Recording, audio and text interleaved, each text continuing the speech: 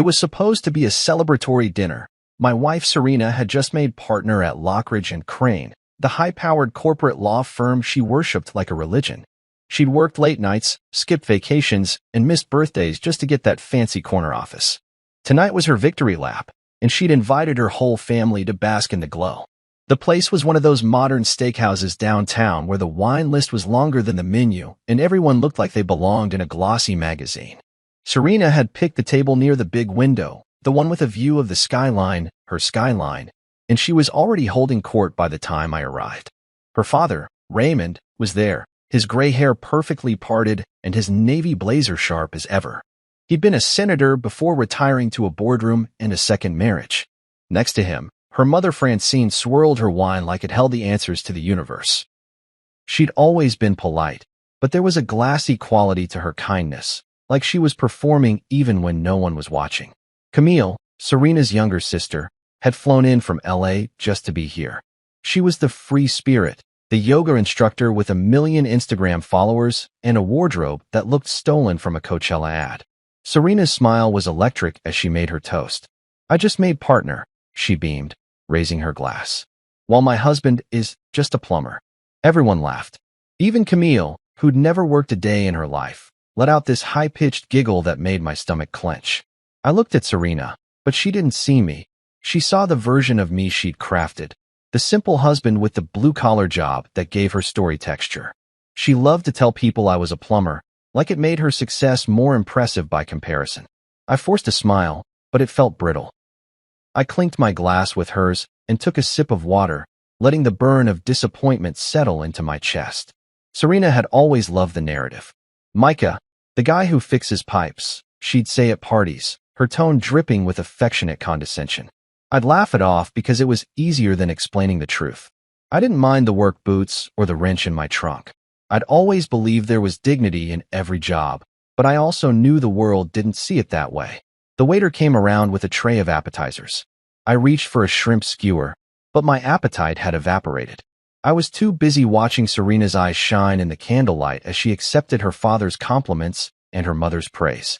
"You've always been the smart one," Francine said, her smile stretching tight as a drum. "We knew you'd outgrow all this." She didn't look at me when she said it. I wondered if Serena had told her about the times I'd picked up the slack when she was too exhausted to cook or the nights I'd rubbed her feet after she'd worked 12-hour days.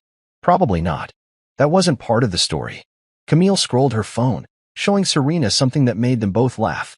I wanted to ask what it was, but I learned that sometimes it was better to let them have their bubble. Then Francine's phone buzzed. She picked it up, eyes narrowing, then widening. The blood drained from her face. "Serena," she said, her voice tight. "Why is your husband's company valued at $1 billion in the Wall Street Journal?" The room went silent. Even the clinking of silverware stopped. I felt every eye on me, even Serena's, wide and blinking. "What's she talking about?" Serena demanded, her tone sharp, like I'd betrayed some unspoken contract. I leaned back in my chair, letting the moment sink in. The truth had been hidden in plain sight, like a secret I'd tucked into the pocket of my work jeans. Francine thrust her phone across the table. The headline was there in bold print. "Ironclad Systems' estimated valuation hits $1 billion amid acquisition rumors." My name wasn't in the headline, but my company's name was. I met Serena's stare, her glass still in midair, her mouth slightly open. "Micah," she said, her voice trembling now. "Is this true?" I nodded once. "Yeah, Ironclad is mine." A flicker of realization crossed her face. The timeline, the secrecy, the long hours I'd spent at the shop. She tried to find words, but I beat her to it. "But I'm just a plumber, remember?" Her glass clinked against the table as she set it down too hard. The room's air turned electric. Camille's phone was still glowing, a half-written caption abandoned. Raymond's face had gone the color of damp concrete. I could see his mind spinning with calculations and regrets. Francine's wineglass trembled in her hand. It was the first time in years I felt like the room was seeing me, the real me. Not the convenient story they'd written about me. Not the footnote to Serena's success. I was the guy who'd quietly built something while they'd been busy polishing their image of themselves. I didn't say another word. I just picked up my water glass and took a slow sip, letting the tension coil tighter around the table. Serena's eyes searched mine for something she didn't recognize. And in that moment, I saw the cracks in her confidence. The dinner had been hers. The celebration had been hers. But the truth was mine, and I'd let it sit there, waiting for the right time to shine. Maybe it wasn't polite. Maybe it wasn't fair. But it was real. And I'd learned long ago that real was better than any story. They didn't know I owned Ironclad Systems, a private B2B infrastructure company that developed AI pipeline diagnostics for municipal and industrial use. My name isn't public. I let my CTO handle all the press. Everyone just assumed I was the guy who fixes pipes, and that's exactly how I wanted it. Even Serena, who once claimed she loved every part of me, the ambition, the intellect, the stubborn streak, had no clue. She built her world on status and titles. Partner at Lockridge and Crane. That was her new identity. Me? I liked my world quieter. I liked the idea that my work was respected in ways that didn't need a title or a plaque on the wall. Ironclad Systems had grown out of a series of late nights at the local library while I was finishing my master's in fluid engineering. I'd been fascinated by the city's aging pipeline systems and the colossal waste that came from leaks, burst mains, and outdated detection methods. Most municipalities were bleeding money fixing problems after they'd already caused millions in damage. I saw a way to change that, so I started coding, sketching, dreaming. I'd built a prototype diagnostic tool that used AI and predictive analytics to flag weaknesses in pipe systems before they turned into emergencies. It wasn't glamorous, but it saved cities millions. By the time I had my first real contract, a small but forward-thinking water district in Pennsylvania, Serena had just started her first year at Lockridge and Crane. She was exhausted and overwhelmed, so I didn't burden her with the details of what I was building. I'd come home with dirt under my nails and a grin on my face, but she'd be buried in case files, so I'd just kiss her forehead and let her sleep. I kept going, slowly adding engineers and coders to the team. We grew by word of mouth, by delivering results that couldn't be denied. Our technology predicted 83% of urban pipe failures before they happened. The city of Philadelphia alone saved $12 million in 6 months because of Ironclad. But every time we visited her parents, I was the butt of polite jokes about fixing leaks and unclogging drains. Serena didn't correct them. At first, it amused me. I'd sip my drink, smile, and nod along. It was a kind of social camouflage. No one ever asked the plumber to donate to a cause or sit on a board or sponsor a gala. I could observe without being pulled into the endless game of appearances. And I was genuinely curious how people would treat me when they thought I had no power or influence. Spoiler alert, they failed the test. Her father, Raymond, loved to hold court about the stock market, about the political climate, about all the ways the world could be fixed if everyone would just listen to him. He'd look at me like I was the hired help, a nod to the American dream. Serena's blue-collar husband. He'd talk at me, not to me. Her mother, Francine, was more subtle. She'd ask about my day in a tone that suggested she already knew it was uninteresting. Camille. Well, Camille was usually too busy curating her next Instagram post to even notice I was in the room. Serena would pat my knee under the table, a silent apology, but it always felt like a warning. Don't ruin the image. Don't correct the story. Don't step out of place. So I didn't. I let them believe I was the plumber who'd lucked out and married up. Meanwhile, I met with my CTO and CFO in small conference rooms and ironed out licensing deals with water authorities that put 7-figure deposits into our account overnight. I built a company that employed brilliant engineers, coders, and field techs, people who'd grown up thinking their ideas didn't matter. I gave them purpose. And I gave them anonymity too, because Ironclad didn't need a flashy founder to get results. I was content to let the technology speak for itself. But sometimes, when I'd drive home from the lab at 2 in the morning, a warm cup of gas station coffee in the console, I'd think about Serena and how she'd stopped asking about my work altogether. Early on, she'd been curious. She'd ask questions about the technology, the goals, the big picture. But somewhere along the way, the answers stopped matching. She got so caught up in her own climb that she missed the fact I was building something too, something bigger than a corner office or a brass nameplate. I didn't mind, at least not at first. I'd watch her talk about becoming partner like it was the holy grail, and I'd smile and tell her she deserved it. Because she did. She worked hard, sacrificed weekends, turned herself inside out for that firm. But I was working too, just in a different way. And somewhere along the line, it stopped being we and started being her and the plumber. She didn't know I'd already signed deals with major cities across the East Coast. She didn't know we'd been approached by Praxium Holdings about a potential acquisition that would catapult Ironclad's value into the billions. She didn't know that the guy she'd been calling the guy who fixes pipes was on track to become one of the most quietly powerful players in the infrastructure sector. I never corrected her, partly because I wanted to see who she'd become when the money wasn't in front of her, and partly because I wanted to know how it felt to have the truth in my pocket like a secret weapon, not to hurt her, but to remind myself that I hadn't needed her approval to get here. When the Wall Street Journal article dropped, my CFO forwarded it with a one-line email. Looks like the cat's out of the bag. I stared at the headline, Ironclad Systems, the billion-dollar underground giant, and felt the weight of every family dinner where I'd played the part. I'd let them all think I was small so they could feel big. I'd let Serena build her story on top of me, brick by brick. And now, every one of those bricks had become part of the empire they'd never seen coming. The plumber. Just a plumber. I smiled. When I met Serena, I was in my final year of grad school, grinding out a master's in fluid engineering while juggling a half-dozen odd jobs to keep the lights on. I did plumbing work on the side, installing water heaters, unclogging drains, and fixing the kind of stuff no one wanted to talk about at dinner parties. I wasn't ashamed of it. I actually liked the problem-solving, the tangible sense of fixing something that others thought was broken.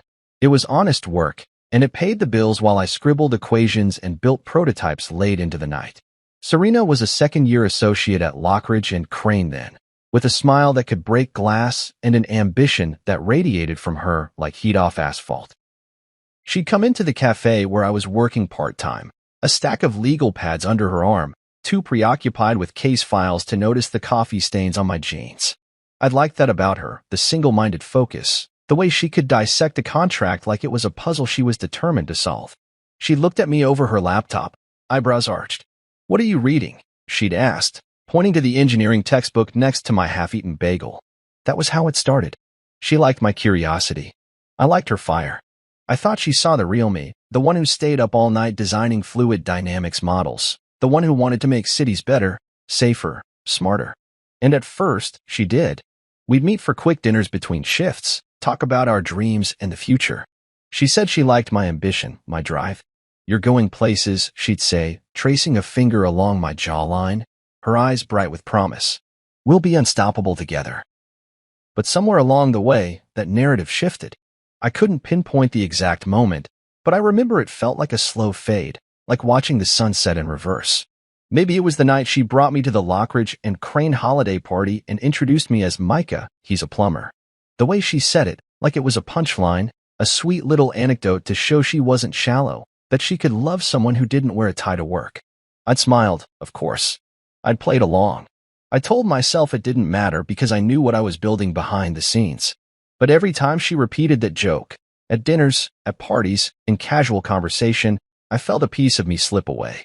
Like I'd become the role she needed me to play in the story she was telling herself. Serena, the brilliant corporate lawyer, with a simple, dependable husband who was easy to manage. "You're so simple. So dependable," she'd said one night, her head resting on my shoulder after a long day. Like it was a compliment. Like it was a feature. I'd laughed, but it stuck with me. Simple. Dependable. Like a Labrador retriever. Like I'd been housebroken. Like she'd picked me out of a lineup of options because I'd never stray too far from her shadow. I used to laugh it off because I thought we were stronger than that. I thought she was just tired or stressed, or that the demands of her job had turned her sharper than she meant to be. But the jokes stopped being funny. They became the soundtrack of our marriage. Serena, the overachiever. Micah, the plumber who was easy to overlook. At first, I tried to remind her who I was. I'd mention a new project at work or drop hints about the contracts I was negotiating. But she'd glaze over, her eyes darting back to her phone, to emails from partners and messages from clients. She was too busy winning, and I was too busy letting her. I could have pushed back. I could have corrected her. But part of me wanted to see how far she'd go.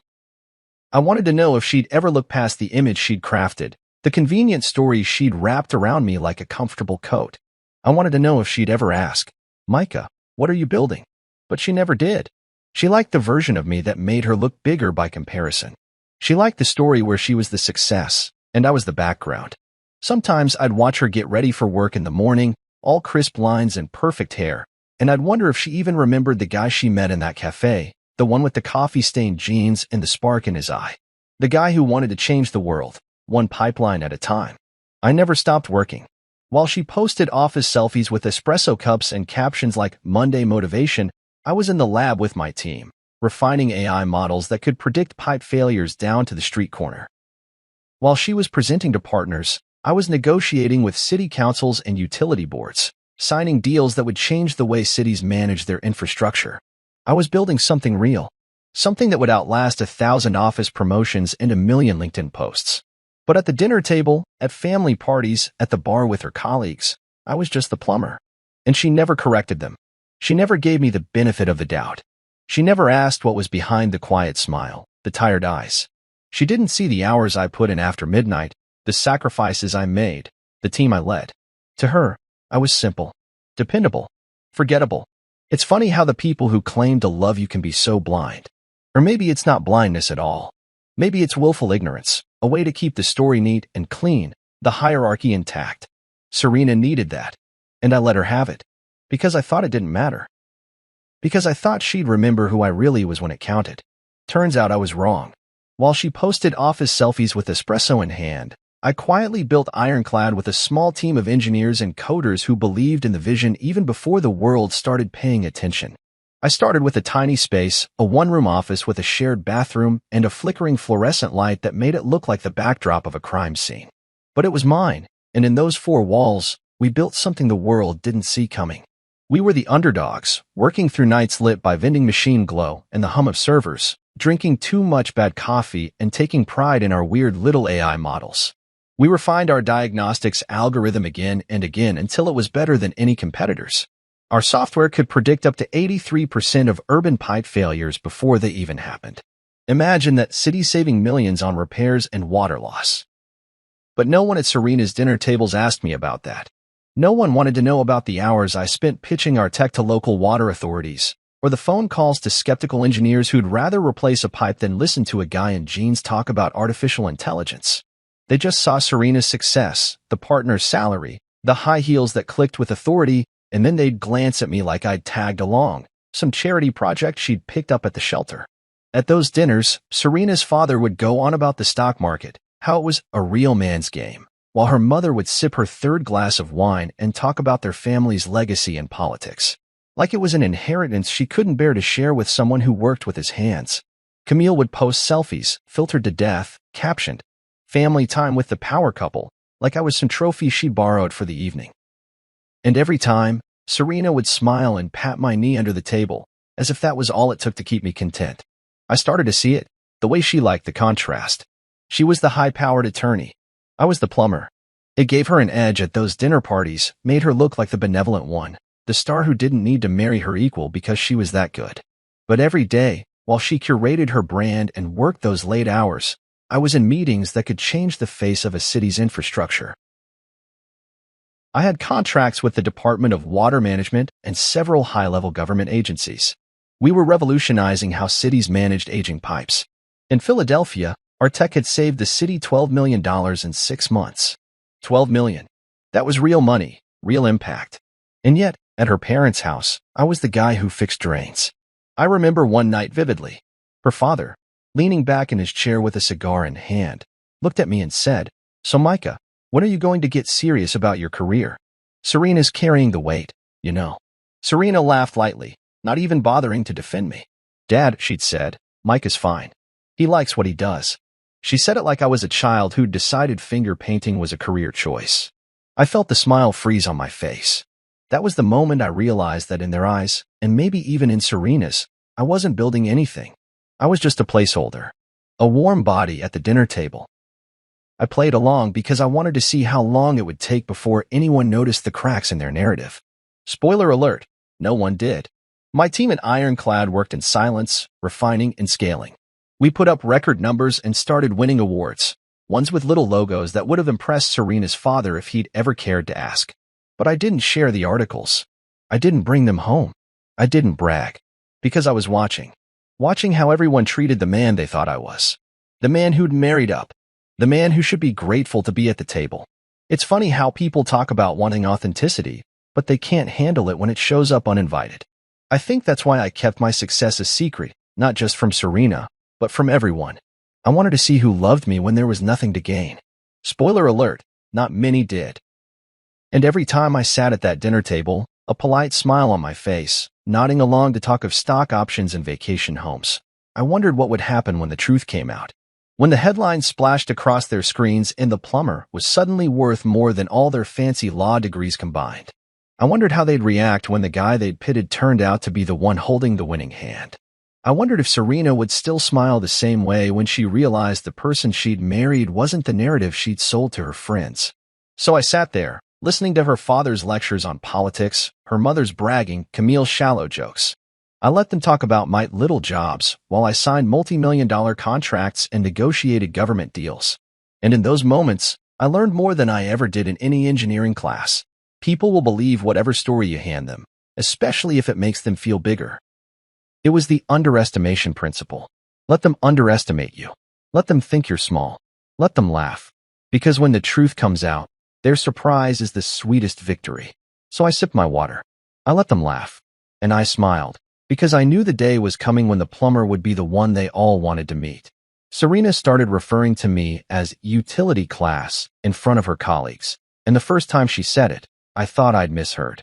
We were at a rooftop cocktail event, one of those slick affairs where everyone wore tailored suits and sipped martinis they barely drank.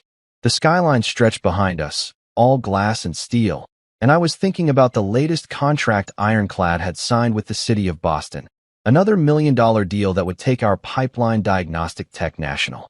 I'd planned to share that with Serena that night, maybe let her know just how far her plumber had come. But then she introduced me to her colleague Henry as utility class, and she didn't even blink. He's the utility class, she said with a quick laugh. Keeps things running. Henry smirked, and I felt the heat rise in my neck, but I swallowed it down and shook his hand. Utility class. Like I was a second-tier citizen in her world of polished boardrooms and manicured office plants. She said it lightly, like it was a compliment, like I was part of the system that made her high-powered life function. But I knew the subtext. I'd seen it enough times in her eyes when she scrolled through Instagram, liking photos of the real winners, while ignoring my latest team award. I'd felt it at family dinners when her father bragged about her wins and forgot I was even in the room. The utility class, someone who was there to support, not to lead. I tried to brush it off, telling myself it was just a joke. But the barbs started stacking up. She'd text me things like, "Can you swing by the dry cleaner on your way home?" Utility class hero. Like I was her assistant. Like I didn't have my own empire to run. The final straw came when she left me off the invitation to her firm's retreat in Aspen. We'd been planning to spend a weekend together, a rare chance to reconnect. I'd already rearranged meetings, rescheduled conference calls, told my CTO I'd be offline. But 3 days before the trip, she looked at me across the dinner table and said, "I don't think you'll really fit in there, Micah. It's just lawyers, white shoe crowd. You'd be bored." She said it with that same glossy smile, the one that meant she'd already made the decision and was just giving me the courtesy of a heads-up. I wanted to ask her if she'd ever been bored at my investor dinners, or the time she sat through my keynote at the water management conference, pretending to care. But the words died in my throat. I just nodded and said, "Sure. Enjoy yourself."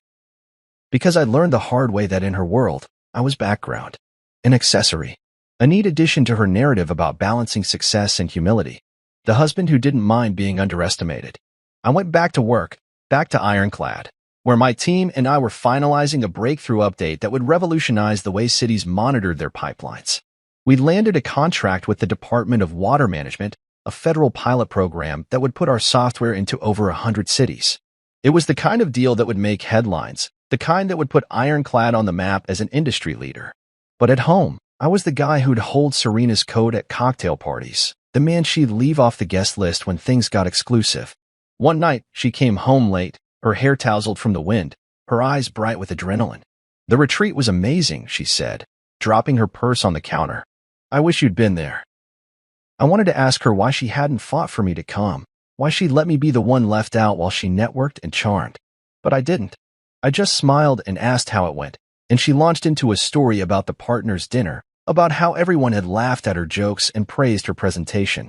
I stood there, nodding, thinking about the deals I'd signed while she'd been gone, thinking about how no one at that dinner had any idea who I really was. Maybe that's what finally broke me, realizing she didn't see me anymore, didn't want to. That she'd built a version of me she could carry around like a good luck charm, safe and predictable and small. That she'd started to believe her own PR. That night, after she went to bed, I pulled up the email from my CFO. Wall Street Journal was dropping a piece on Ironclad's latest valuation, $1 billion, with acquisition rumors swirling. I didn't feel pride. I didn't feel triumph. I just felt tired. Tired of being utility class. Tired of being background. Tired of waiting for someone else to see what I'd built. I could have told Serena then, could have shown her the article, could have made her look at me for the first time in months. But I didn't. I wanted to see what would happen if I stayed silent just a little longer. If she'd notice. Spoiler alert, she didn't. The next morning, she kissed me on the cheek and grabbed her briefcase. "Have a good day, Micah," she said, her voice bright and oblivious. "Don't forget to pick up the dry cleaning." I watched her walk out the door, her heels clicking like gunshots in the hallway. I made a cup of coffee, sat at the kitchen table, and opened the email again. $1 billion valuation. My name in the fine print. The plumber she'd left off the guest list. I smiled to myself and thought, they'll all find out soon enough. And when they do, I'll be the one holding the invitation they all wanted. I had no plan for revenge. I had no plan at all. I was just tired. Tired of the looks, the dismissals, the polite laughter that rang in my ears every time Serena's colleagues or her family called me the plumber. It was easier that way, I told myself. Less confrontation. Less drama. Let them think they'd mapped me out. Let them keep building their house of illusions. But deep down, I was waiting for the moment when the truth would punch through the pretense like a hammer through glass. That moment came on a Thursday morning. My CFO forwarded an email flagged, high priority. A journalist from the Wall Street Journal had done a deep dive on Ironclad's latest deal with Praxium Holdings. The reporter had uncovered our pipeline diagnostic text track record, the 83% reduction in catastrophic failures, the $12 million saved in Philadelphia, the federal contracts pending approval. She'd pieced together the valuation numbers from investor calls, linked them to public records, and come up with a figure that made my stomach clench. Potential acquisition rumors. Ironclad Systems valued at over $1 billion. It was all there, laid out in black and white, with enough detail to light up every boardroom in the city. I leaned back in my chair and let the weight of it settle. For years, I built this company in the dark, deflecting questions, letting Serena's world believe I was just another guy with a wrench and a work van. Now the floodlights were about to hit, and I didn't know how I felt about that. I didn't panic. I didn't gloat. I didn't even tell my team there'd be time for that later. Instead, I did the one thing I hadn't done in months. I RSVP'd, yes, to Serena's family dinner on Saturday night. Serena had planned it weeks ago, a celebration of her promotion.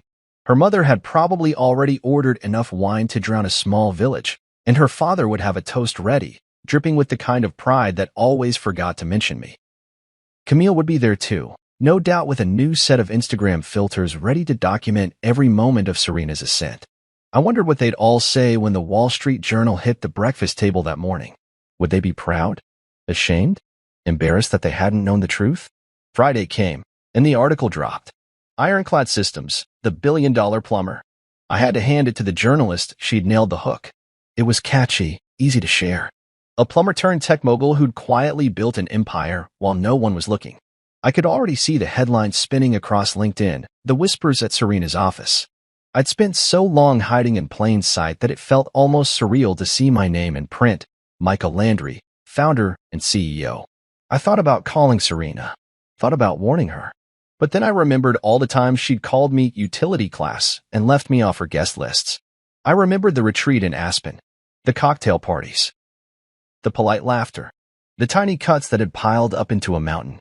I decided she could read it the way everyone else would. Saturday night came, and I dressed like I always did. No suit, no tie, just jeans and a button-down shirt. The same Micah I'd always been, the one they dismissed. I wanted them to see him when the truth came out. I wanted them to realize that the man they'd underestimated was the same one who'd built something bigger than all their dinners and promotions combined. The house smelled like garlic and wine when I walked in.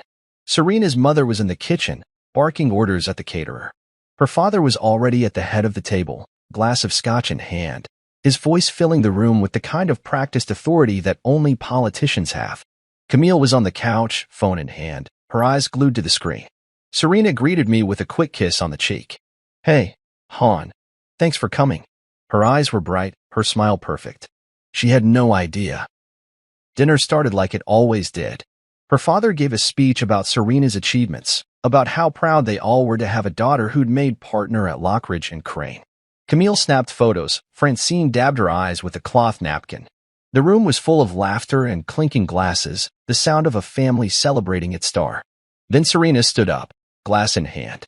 "I just wanted to say how grateful I am for all of you," she said, her voice steady, the lawyer in her polished to perfection. "It's been a long road, but I couldn't have done it without my family." And Micah, she paused, giving me that sweet, rehearsed smile. "You've always been my rock." The room applauded. I forced a smile. That's when Francine's phone buzzed. She picked it up, eyes scanning the screen. Her smile faltered. "Serena," she said, her voice trembling just a little, "why is your husband's company valued at $1 billion in the Wall Street Journal?" The room went silent. Even the caterer stopped moving. All eyes turned to me. Serena's face froze. "Micah," she asked, her voice cracking. "Is that true?" I nodded slowly. "Yeah, ironclad is mine." Her mouth opened, but no words came out. I looked at her father. His glass hung in midair, forgotten. Camille's phone was now aimed at me, recording. I wondered what caption she'd use this time. I stood up, my chair scraping the floor. "But I'm just a plumber," I said, letting the words sink in. "Remember?" No one laughed. No one moved. For the first time in years, I felt seen. Not as the guy with the wrench, not as Serena's husband, but as the man who'd built something from nothing. The man they'd underestimated. And in that silence, I realized I didn't need revenge. The truth was enough.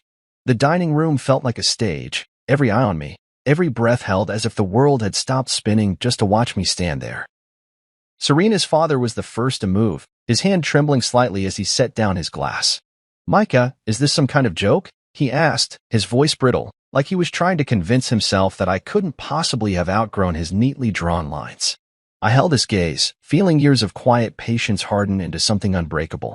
"No joke," I said, my voice steady. "Ironclad is mine. I built it. The contracts, the technology, the valuation, they're all real." Serena's lips moved like she was trying to find the right words, but nothing came out. Her eyes darted between me and the phone in Francine's hand, the one displaying the Wall Street Journal article that had shattered the story she'd told herself about me. I wondered how many times she'd repeated that story at cocktail parties and office events. Micah the plumber, the simple, dependable husband who never demanded too much attention. I wondered if she realized how fragile that story really was. I could feel the room shift, like tectonic plates grinding under the surface, the foundations of their assumptions starting to crack. Camille's phone was still pointed at me, her thumb hovering as if she couldn't decide whether to keep recording or put the damn thing down. I met her gaze and gave her a nod. Let her record. Let the world see what they'd missed. Serena's father leaned forward, his politician's smile gone, replaced by something raw and uncertain. "Why didn't you say anything?" he asked, his tone somewhere between disbelief and accusation. I shrugged. "I didn't think it mattered to you," I said. Every time I sat at this table, it was about Serena, about her achievements, her promotions. No one asked what I was building. No one cared. His mouth opened, then closed. Francine set her wineglass down with a soft clink that sounded like a confession. "We didn't know," she whispered, her voice small, almost childlike. "That's the point," I said, letting the words hang in the air. "You didn't want to know. You liked the version of me that fit your story. The plumber. The guy who didn't make waves."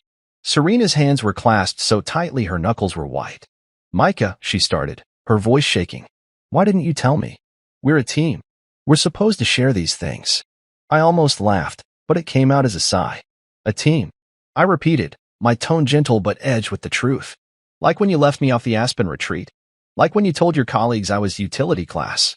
Her face paled, her mouth trembling. "Micah, But I cut her off. "Serena, you didn't want a partner. You wanted a supporting character in the story of your success. I gave you that.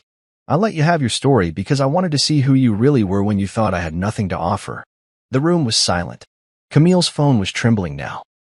I wondered if she was finally seeing her sister for who she really was. Serena's eyes filled with tears. "I didn't know," she whispered. I believed her. And that was the saddest part. She hadn't known because she hadn't wanted to. Her father cleared his throat. "Well, Micah," he said, forcing a smile that looked like it hurt. "Now that we know the truth, perhaps we can work together. There's plenty of opportunities, political partnerships, business deals." I shook my head. "That's not why I'm here," I said. "I didn't come to make a deal. I came because I was tired of pretending." Francine reached across the table, her manicured hand trembling as she tried to bridge the gap. "We always believed in you, Micah," she said, her voice syrupy. "Your family." Family. The word tasted bitter. I looked at Serena, her tears rolling down her cheeks, her carefully crafted world crumbling around her. "Micah, please," she said, her voice a plea now. "Don't do this here. We can talk about it later." But I was done with later. I stood, pushing my chair back, the legs scraping against the hardwood like a final note. "No," I said. "We're talking about it now. Because for years, I let you define who I was to everyone you cared about. I let you use me as a prop in your story. I let you laugh at me. And I stayed silent because I wanted to believe that the woman I loved would see past the surface. But you didn't." Her sobs were quiet now, the kind that shake your whole body. I wondered if she was crying for me or for herself. I turned to the rest of the table, to Francine and Raymond and Camille. "You all got the version of me you deserved," I said, my voice low but unwavering. "But the truth was always there if you'd bothered to look." I took one last look at Serena, the woman I'd loved, the woman who'd taught me how small people could be. "I'm leaving now," I said. "Enjoy your dinner." And with that, I walked out of the dining room, leaving behind the applause that never came, the congratulations that never reached my ears. I felt lighter than I had in years. Because finally, they knew. And I didn't need to be their plumber anymore. Questions exploded from every corner of the room. Raymond's voice boomed with disbelief as he demanded, "You built that? How? Why didn't you say anything?" Francine's eyes were wide, darting between her husband and me as if I'd grown two heads and was about to sprout a third. Camille had stopped recording, her phone now resting in her trembling hands, her Instagram feed momentarily forgotten. And Serena just sat there, frozen, like she was trying to peace talk. I stood by the dining room door, my hands resting on the back of the chair I'd abandoned moments earlier. "Yeah," I said, my voice calm. "I built it." Ironclad started as an idea scribbled on a napkin in a diner during my last year of grad school. I saw a problem no one was fixing: aging water infrastructure, billions of gallons of water lost every year, and I decided to do something about it. Raymond's jaw clenched, his politician's mask slipping. He caught himself, but the word he'd almost used hung between us. "Plumber." "I'm what?" I asked, my voice steady. "A plumber." I let the words settle like dust in the silence. "Yeah, I did plumbing work. I still do sometimes. I like the honesty in it, fixing things that are broken. But Ironclad? That's more than pipes. It's predictive analytics, AI, technology that can save cities millions and prevent disasters. It's engineers, coders, field experts. It's the future. And it's mine." Serena's lips parted, but her voice came out as a whisper. "Micah, why didn't you tell me? Why keep it a secret?" I met her eyes, the same eyes that had once looked at me like I was the answer to every question she'd never asked. "Because I wanted to know who loved me for me," I said. "Not for $1 billion company. Not for headlines. Just for who I was when I walked through the door at the end of a long day." I swallowed, feeling the ache that had been building for years. Spoiler alert, you all failed the test.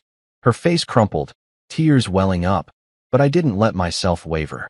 I turned to Raymond, who was still sputtering, trying to reconcile the man he'd dismissed with the man who now owned a company bigger than any of his political ventures. "You never asked me what I did," I said, my tone flat. "You asked how my day was, like you already knew the answer was unimportant." His mouth opened, but no words came. I turned to Francine.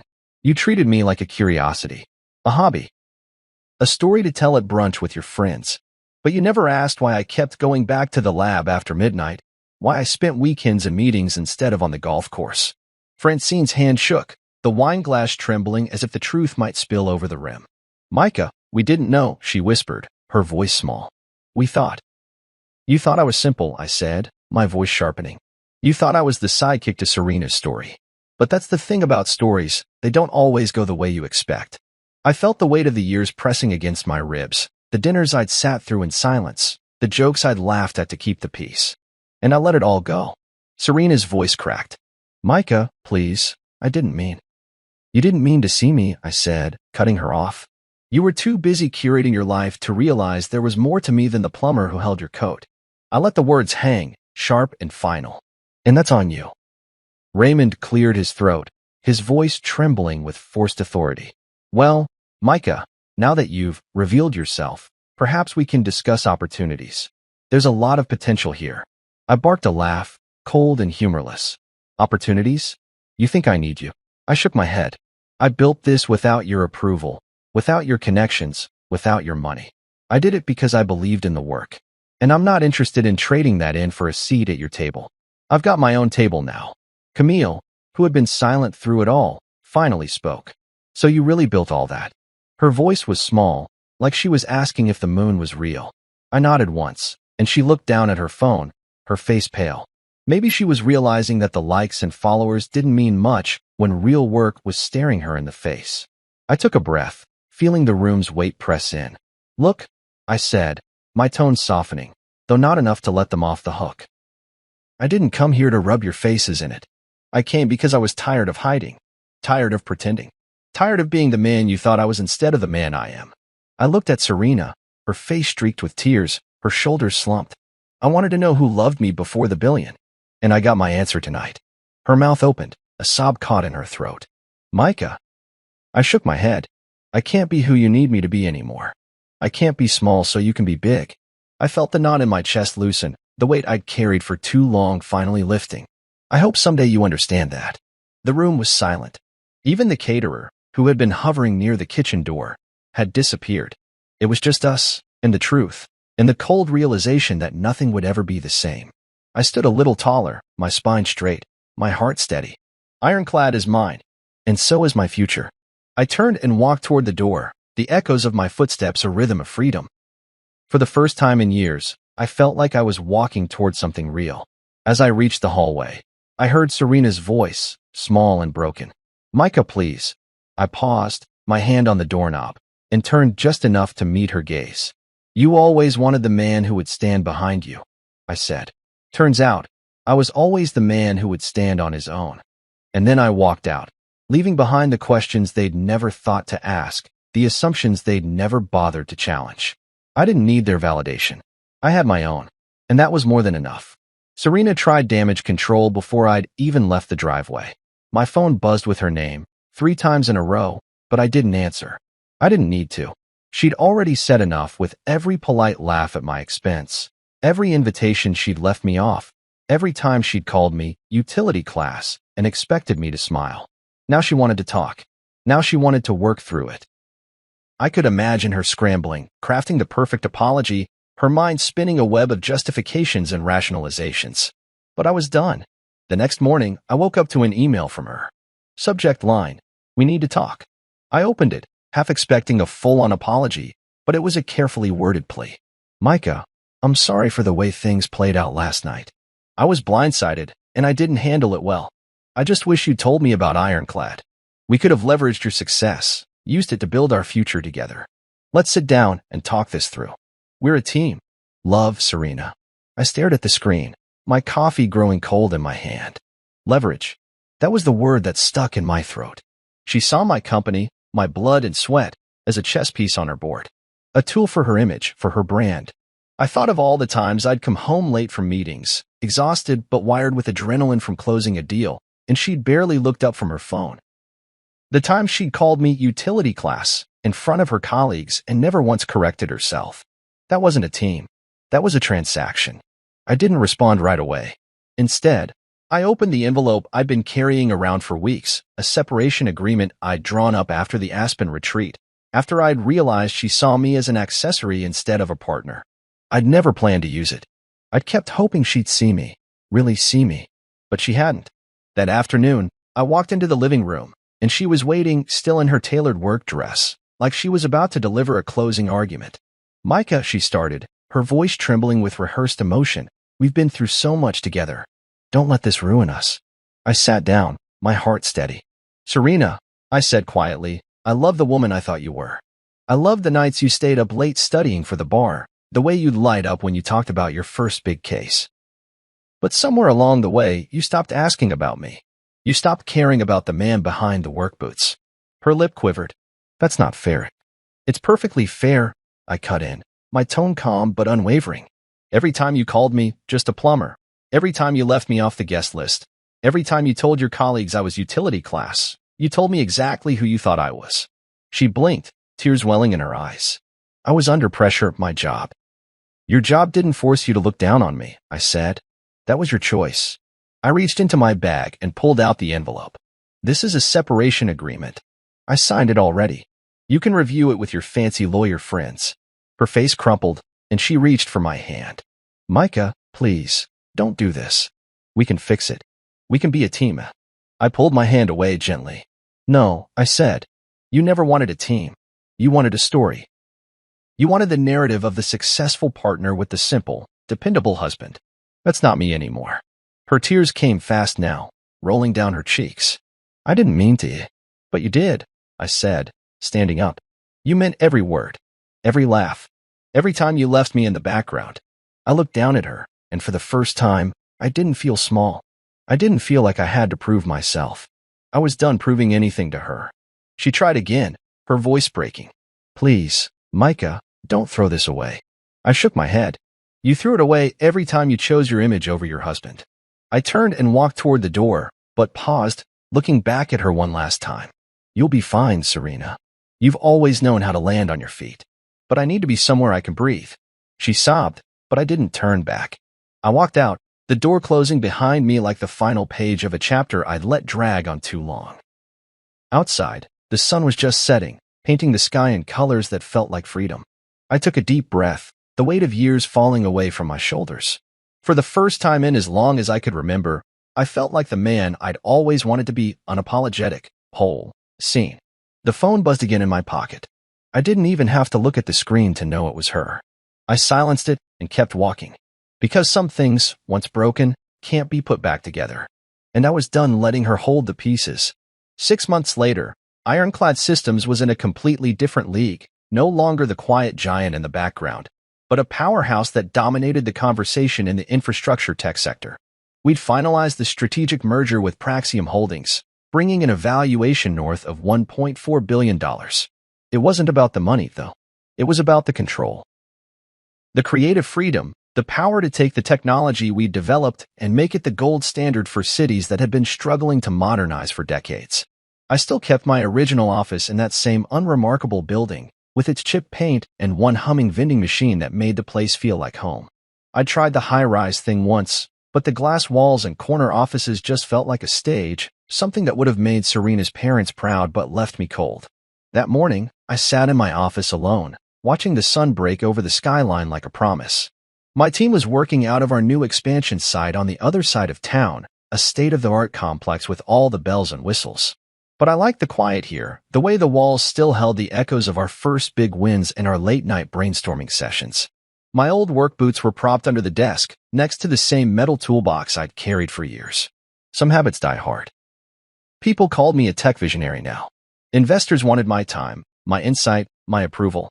Every time I walked into a conference room, I saw the recognition in their eyes, the hush that settled over the room before I spoke. I hadn't changed. I still wore the same kind of jeans, still kept a wrench in the trunk of my car, just in case. Because deep down, I was still that guy who'd started this journey by fixing leaky pipes in basements that smelled like mold and old regrets. I'd never be too important to roll up my sleeves and do the work. I learned a lot in those 6 months about success, loyalty, and the fragile egos of people who only stand beside you when it suits them. Serena had tried everything.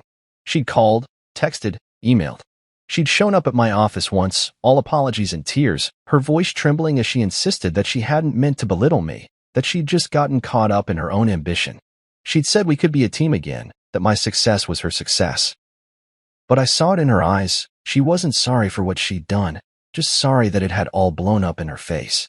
Sorry that her narrative had fallen apart in front of everyone she cared about. I'd listened. I'd let her speak. And then I told her the same thing I told myself the night I walked out of her parents' dining room. I couldn't be small so she could feel big. She hadn't loved the man I was. She loved the version she'd built for her own story, the one that made her look magnanimous and unstoppable. I didn't hate her for it. I just couldn't go back to being that man. Sometimes I still saw her on social media, glass of wine in hand, captioning her life with carefully chosen words, smiling like the world hadn't shifted under her feet. I wondered if she'd found a new character to fill the role I'd played. I hoped she did, because the truth was, I didn't wish her ill.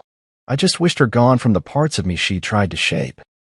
Ironclad's new partnership had opened doors I'd only dreamed of. We were now in 17 cities, with more on the horizon. Our AI systems were revolutionizing water management, cutting costs, preventing disasters, and giving mayors and city planners data they'd never thought possible. Every time we signed a new contract, every time another city manager called to thank me, I felt that same spark I'd felt the first time I'd sketched out the idea on a napkin. One afternoon, as I was reviewing a new deployment plan for Chicago, my CTO, Ravi, knocked lightly and poked his head in. "Hey, boss," he said, his grin wide. "You're gonna want to see this." He handed me his tablet, and there on the screen was a glossy feature in Business Insider, "The Plumber Who Built an Empire." I laughed under my breath. The headline felt like an echo of that night at Serena's parents' house, when I'd stood there while the room went silent. "Look at this," Ravi said, excitement buzzing in his voice. "They're calling you the man who changed the way cities manage water forever." I read the article, nodding. It was flattering, but that wasn't what caught my attention. It was the final quote. Some journalist had dug up one of my old interviews where I'd said, "I'll never stop being a plumber at heart. I'll never stop getting my hands dirty." And I wouldn't, because that was who I was. The guy who fixed things. The guy who saw a problem and refused to look away. Ravi looked at me, his grin fading a little as he caught the expression on my face. "You okay, boss?" he asked. I nodded. "Yeah," I said. "I'm good." And I was. That evening, I packed up my bag and headed out. The sun had dipped below the horizon, leaving the sky streaked with pink and gold. I took the long way home, driving through the neighborhoods where I'd once done small plumbing jobs, the streets that had taught me how to navigate more than just pipes, how to navigate people, how to see past the surface. At a red light, I glanced at my rearview mirror and caught a glimpse of my reflection, a man in his late 30s, a little older, a little wiser, a lot stronger than the guy who'd stood beside Serena while she called him utility class. I didn't need anyone to tell me my worth anymore. I'd written that story myself, and it didn't need anyone else's approval. When I got home, I kicked off my boots and set my toolbox by the door. Some habits, like I said, die hard. I walked into the kitchen, made a simple dinner, and sat down with a beer in my hand. The house was quiet, and for the first time in years, that felt good. Later that night, I took a walk outside. The stars were bright, scattered across the sky like shattered glass. I thought about the road I'd traveled, the moments when I'd felt small, the nights I'd wondered if I was enough. I thought about Serena, about the way she'd tried to mold me into something that fit her narrative, and about the way I'd finally broken free. People called me a tech visionary now, a disruptor, a game changer. But in my bones, I was still the same guy with a wrench in his hand, still the same man who believed in fixing things. I just learned that sometimes the thing that needs fixing most is the way people see you, and the way you see yourself. I smiled to myself as I turned back toward the house. Just a plumber, I thought. The man who built an empire while everyone else was looking the other way. And that was enough. Because I didn't need Serena's approval. I didn't need her father's praise or her mother's polite smile. I had my own success, built with my own hands, on my own terms. And for the first time in a long time, I felt whole. I didn't know what the future would hold, more cities, more contracts, more headlines, maybe. But I knew one thing for certain, I'd face it on my own terms, with my boots on and my head held high. Because that's who I'd always been. Just a plumber. The man who never stopped fixing things. "He's just a warehouse worker," my wife's dad told his business partners. My wife's sister smirked. So embarrassing. I smiled silently. The TV in the room began. Meet the tech world's newest billion-dollar CEO. Look, I've survived a lot of uncomfortable situations in my 29 years on this planet. I've sat through 4-hour board meetings where venture capitalists argued about the font size on our pitch deck. I've endured software deployment disasters at 3 in the morning while surviving on stale coffee and the crushing weight of investor expectations. Hell, I once had to fire my best friend's cousin because he kept using company servers to mine Bitcoin. But nothing, and I mean absolutely nothing, could have prepared me for the psychological warfare disguised as a friendly dinner invitation from my father-in-law, Harold Lansing. The phone call came on a Tuesday afternoon while I was debugging a critical algorithm that would save our clients approximately $12 million annually in operational costs. You know, just casual Tuesday stuff. Harold's voice boomed through my speakerphone with that particular brand of condescension that only wealthy men who peaked in the 80s seemed to master. "Noah, my boy," he said, and I could practically hear the golf clap in his tone. "I'm having my quarterly business dinner at Morton's Steakhouse this Friday. Thought it might be good for you to attend. Meet some successful people, you know? Maybe someone there can help you find a real job." A real job. Those three words hung in the air like a fart in an elevator. Impossible to ignore and deeply offensive. I had to physically bite down on my tongue hard enough to taste copper because the alternative was explaining to my wife why I'd just told her father exactly where he could shove his quarterly business dinner. Here's the thing that made my eye twitch. I'd been running Flowgrid systems for 5 years. 5 entire years of 16-hour days, cold pizza at midnight, and enough stress to give a Buddhist monk an anxiety disorder. We had 128 employees who depended on me for their mortgages, their kids' braces, their dreams of actually retiring before they turned 80. We were pulling in $360 million in annual revenue. $360 million. Our client list read like a who's who of national retailers. Companies that Harold probably shopped at without ever wondering how their products magically appeared on shelves.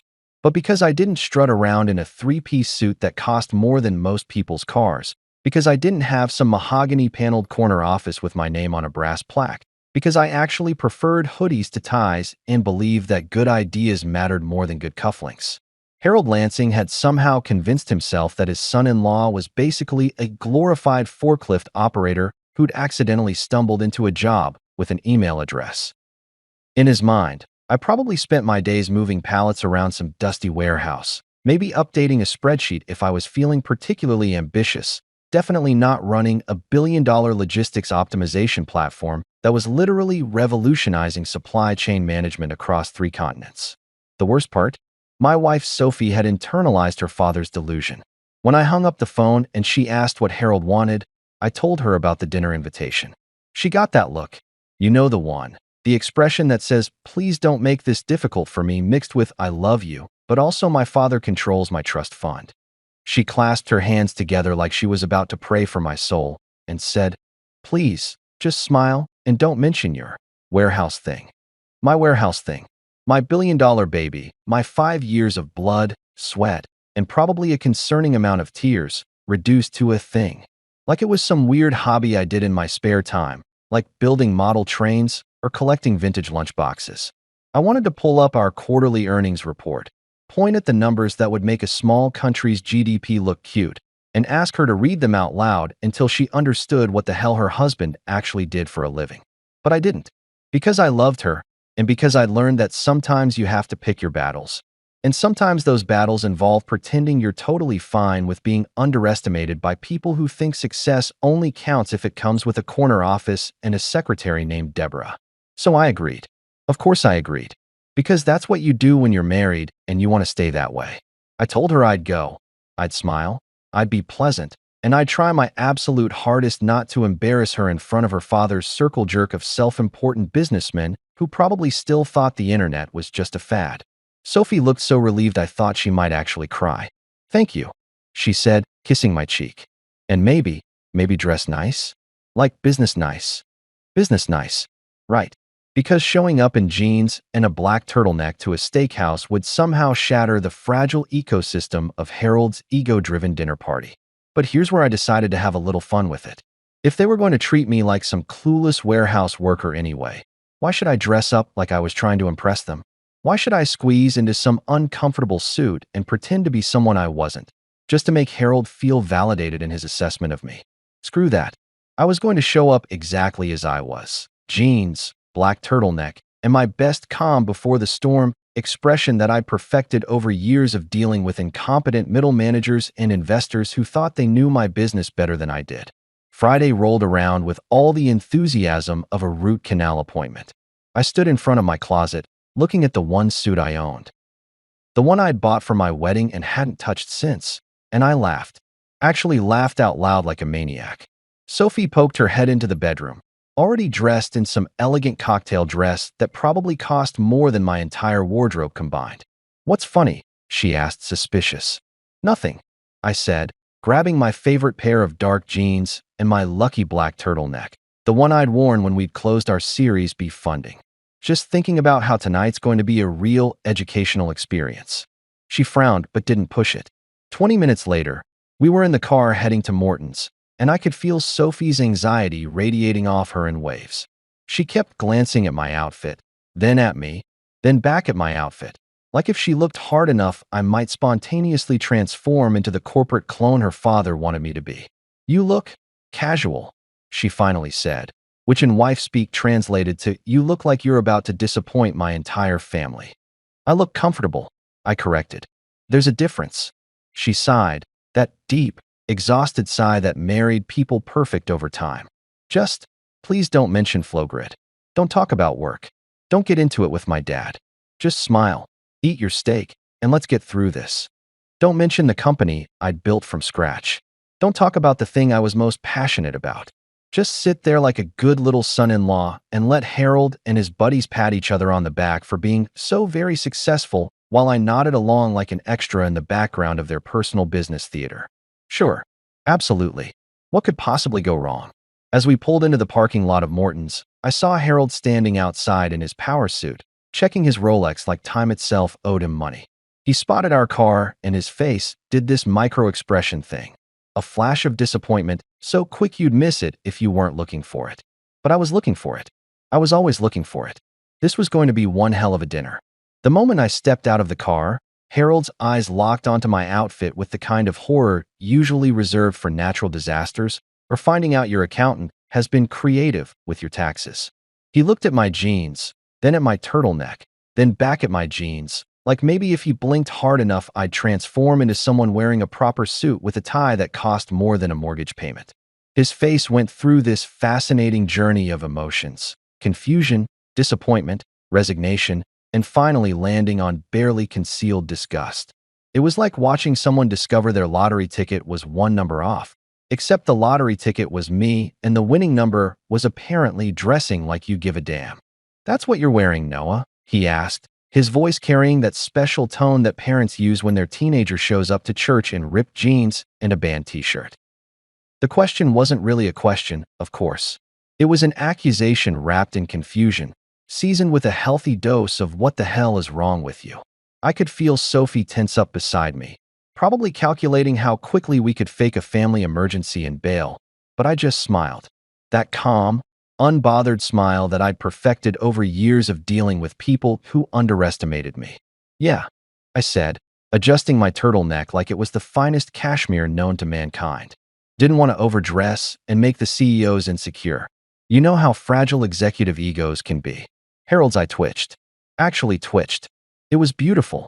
Sophie grabbed my arm with enough force to cut off circulation, which in marriage language means shut up right now or you're sleeping on the couch for a month. But I was already committed to this bit. If they wanted to treat me like some clueless kid who didn't know how to dress for a business dinner, then fine. I'd play the part and enjoy every second of their judgment. Harold turned without another word and started walking toward the entrance of Morton's, his shoulders rigid with disapproval. I followed, Sophie practically dragging me along, whispering urgent pleas for me to just behave and not make this worse. Worse than what? I wanted to ask. Worse than being introduced as the warehouse guy? Worse than being treated like I peaked in high school? But I kept my mouth shut because I was saving all my commentary for the main event. The restaurant was exactly what you'd expect.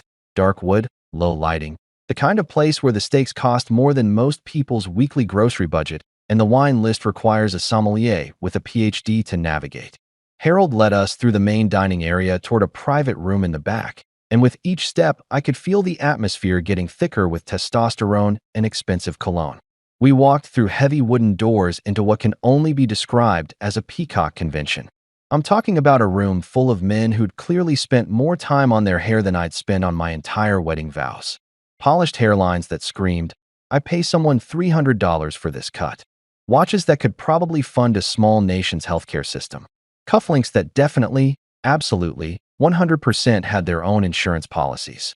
These guys looked like they'd been assembled in a factory that produced generic successful businessman Model 2.0, complete with the same confident posture, the same practiced handshake, and the same ability to talk about golf for 45 minutes without taking a breath.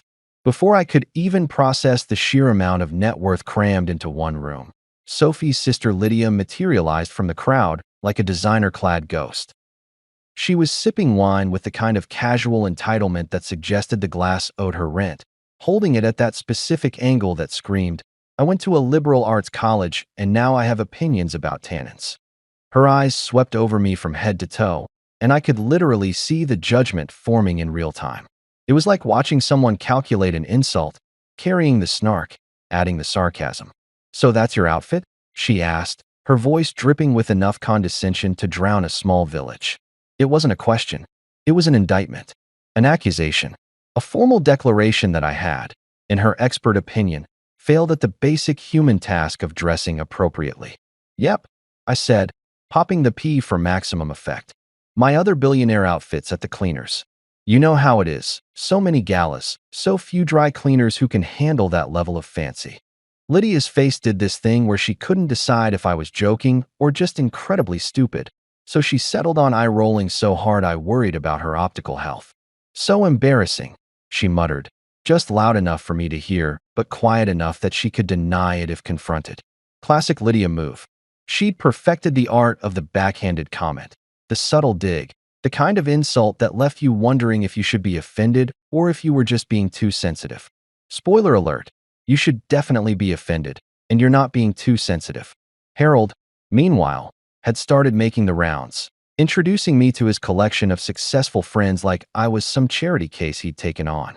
"Gentlemen," he announced with the enthusiasm of someone presenting a particularly disappointing science fair project, "this is my son-in-law, Noah. He works in warehouses." The way he said warehouses made it sound like I'd confessed to a crime. Like I'd stood up at a family dinner and announced I was a professional mime or a guy who collected toenail clippings for a living. The men in the room turned to look at me with varying degrees of polite interest and thinly veiled pity. I could see it in their eyes, the mental calculation happening, the quick assessment. Warehouses, manual labor, probably makes $40,000 a year if he's lucky. Poor Sophie, marrying down like that. "Actually," I said, keeping my voice pleasant and even, "I build software that manages logistics operations. Supply chain optimization, inventory management, route planning, that kind of thing." Harold waved his hand dismissively, like I'd just tried to explain quantum physics to a toddler. "So, warehouses," he repeated, as if I'd confirmed his initial assessment rather than corrected it. The man had the listening comprehension of a brick wall. "Exactly," I said, because what else was there to say? I could have pulled out my phone and shown them our company website, our client testimonials, the Wall Street Journal article that called us the future of logistics management. But what would be the point? These guys had already decided who I was the moment Harold introduced me. I was the warehouse guy, the son-in-law who'd failed to live up to the Lansing family standards. The disappointing narrative they needed to feel better about their own children's accomplishments. One of Harold's buddies, a guy with silver hair and a tie that probably cost more than my car payment, clapped me on the shoulder with that condescending familiarity that successful men use when they want to seem down to earth. "Honest work," he said, nodding sagely like he'd just imparted some deep wisdom. "Someone's got to keep the economy moving, right? Can't all be CEOs." The irony was so thick I could have cut it with one of Morton's overpriced steak knives, but I just smiled and nodded. "Right," I agreed. "Can't all be CEOs." I caught Sophie's eye across the room, and she looked like she was on the verge of a panic attack, probably imagining all the ways this dinner could go catastrophically wrong. Little did she know, we hadn't even gotten to the good part yet. Harold gestured toward the massive dining table that dominated the private room. It was set with enough silverware to confuse an etiquette expert and wine glasses that looked like they'd shatter if you breathed on them wrong. "Let's sit," he announced. "We have much to discuss. Business, opportunities, the market. Of course, business. Because that's what successful men do. They gather in expensive steakhouses and discuss the market like it's some mystical entity that only they have the wisdom to understand." I took my seat at the table, right between a guy who wouldn't stop talking about his Tesla and another guy who kept checking his phone like he was expecting a call from the president. Sophie sat across from me, shooting me warning looks that clearly said, "Please, for the love of God, just get through this dinner without starting a war." But here's the thing about being underestimated. It gives you options. I could sit here quietly, let them talk about their golf handicaps and their stock portfolios, nod along like a good little warehouse worker who was grateful to be in the presence of such successful men. Or I could wait, just wait for the perfect moment, because I knew something they didn't know. Something that was going to make this the most entertaining dinner Harold Lansing had ever hosted. And as I picked up my menu, pretending to care about the difference between a 12-ounce filet and a 16-ounce ribeye, I couldn't help but smile. This was going to be fun. If you've ever wondered what hell sounds like, let me paint you a picture. It's a table full of middle-aged businessmen trying to one-up each other about their golf handicaps, while simultaneously pretending they understand cryptocurrency. The conversation started the moment our asses hit the overpriced leather chairs, and it was exactly the kind of verbal peacocking you'd expect from men who measure their self-worth in stock portfolios and country club memberships. First up was Gerald, a guy whose hairline had retreated faster than the French army, but who compensated with enough confidence to power a small city. He launched into this absolutely riveting story about how he'd shot a birdie on the 7th hole at Pebble Beach, and I swear to God, he described that golf shot with more passion than most people describe their children's births. The wind was coming in from the northwest, Gerald said, moving his hands like he was conducting an orchestra of invisible golf clubs. And I just knew, that if I could get the right arc on my swing, I could clear the bunker and land within 10 feet of the pin. Everyone around the table nodded like he'd just explained the cure for cancer instead of describing hitting a tiny ball with a stick. Harold was eating it up, chuckling and asking follow-up questions about club selection like it mattered, like Gerald's choice between a 7-iron and an 8-iron was going to change the trajectory of world events. I sat there, trying to figure out if this was real life or some elaborate prank show where I was the unwitting star. Then Richard, oh God, Richard, decided it was his turn to contribute to the conversation, and naturally, he steered it toward his Tesla. Because of course he did. Every person who owns a Tesla has this uncontrollable urge to tell you about their Tesla within the first 5 minutes of meeting them. It's like a medical condition. You know, Richard said, leaning back in his chair with the smugness of someone who thinks driving an electric car makes them morally superior. My Model S basically drives itself. I was going 75 on the highway yesterday, completely hands-free. It's basically a spaceship. A spaceship. This man just compared his car to a vehicle designed for space travel because it had lane-keeping assistance. I wanted to ask him if his spaceship also came with cup holders and a disappointing resale value, but I bit my tongue. The conversation ping-ponged between these riveting topics, stocks, specifically which ones they were buying and selling like they were day trading geniuses instead of guys with financial advisors doing all the actual work. Someone brought up the market, which is code for, I'm going to pretend I understand complex economic systems by making vague statements that sound smart. One guy, I think his name was Preston or Prescott or something equally waspy, actually said with a straight face, the market's looking bullish, but you have to watch for corrections. Wow, what insight, what wisdom. Someone get this man a Nobel Prize in stating the obvious. I glanced at Sophie, who was doing her best impression of someone who found this conversation absolutely fascinating, nodding along and smiling at appropriate intervals like she'd been trained for this her entire life. Which, let's be honest, she probably had been. Meanwhile, my phone was buzzing in my pocket like an angry hornet, and I knew exactly what it was. Mason, my CTO, and the guy who actually understood what our company did, was sending me updates about our deployment. We had 50 new distribution centers going live tonight, 50 facilities across 12 states, all integrating with our software simultaneously. This was the kind of operation that required precise coordination, real-time monitoring, and the kind of technical expertise that would make these guys' heads spin. But sure, let's talk about golf handicaps and self-driving cars instead. I pulled out my phone as discreetly as possible, trying to check the deployment status without drawing too much attention. The last update from Mason read, Center 23 experiencing minor latency issues. Debugging now. Should be resolved in 15 minutes. Minor latency issues. Standard stuff. Nothing I needed to panic about, but definitely something I wanted to keep an eye on. That's when Harold's disapproving voice cut through my concentration like a knife through butter. Noah, can you not play Candy Crush at the table? The entire table went quiet. Everyone turned to look at me like I'd just pulled out a flask and started doing shots. I looked up from my phone, meeting Harold's judgmental gaze with the patience of a saint. I'm working, I said simply because I was. I was literally managing a multi-million-dollar deployment while these guys discussed their golf swings. But Harold wasn't having it. He did this dismissive hand-wave thing, like he was swatting away a fly or my entire career. Oh, right, he said with a chuckle that made my blood pressure spike. Managing forklifts from your phone. The table erupted in polite laughter, the kind that's designed to make you feel small without being overtly cruel.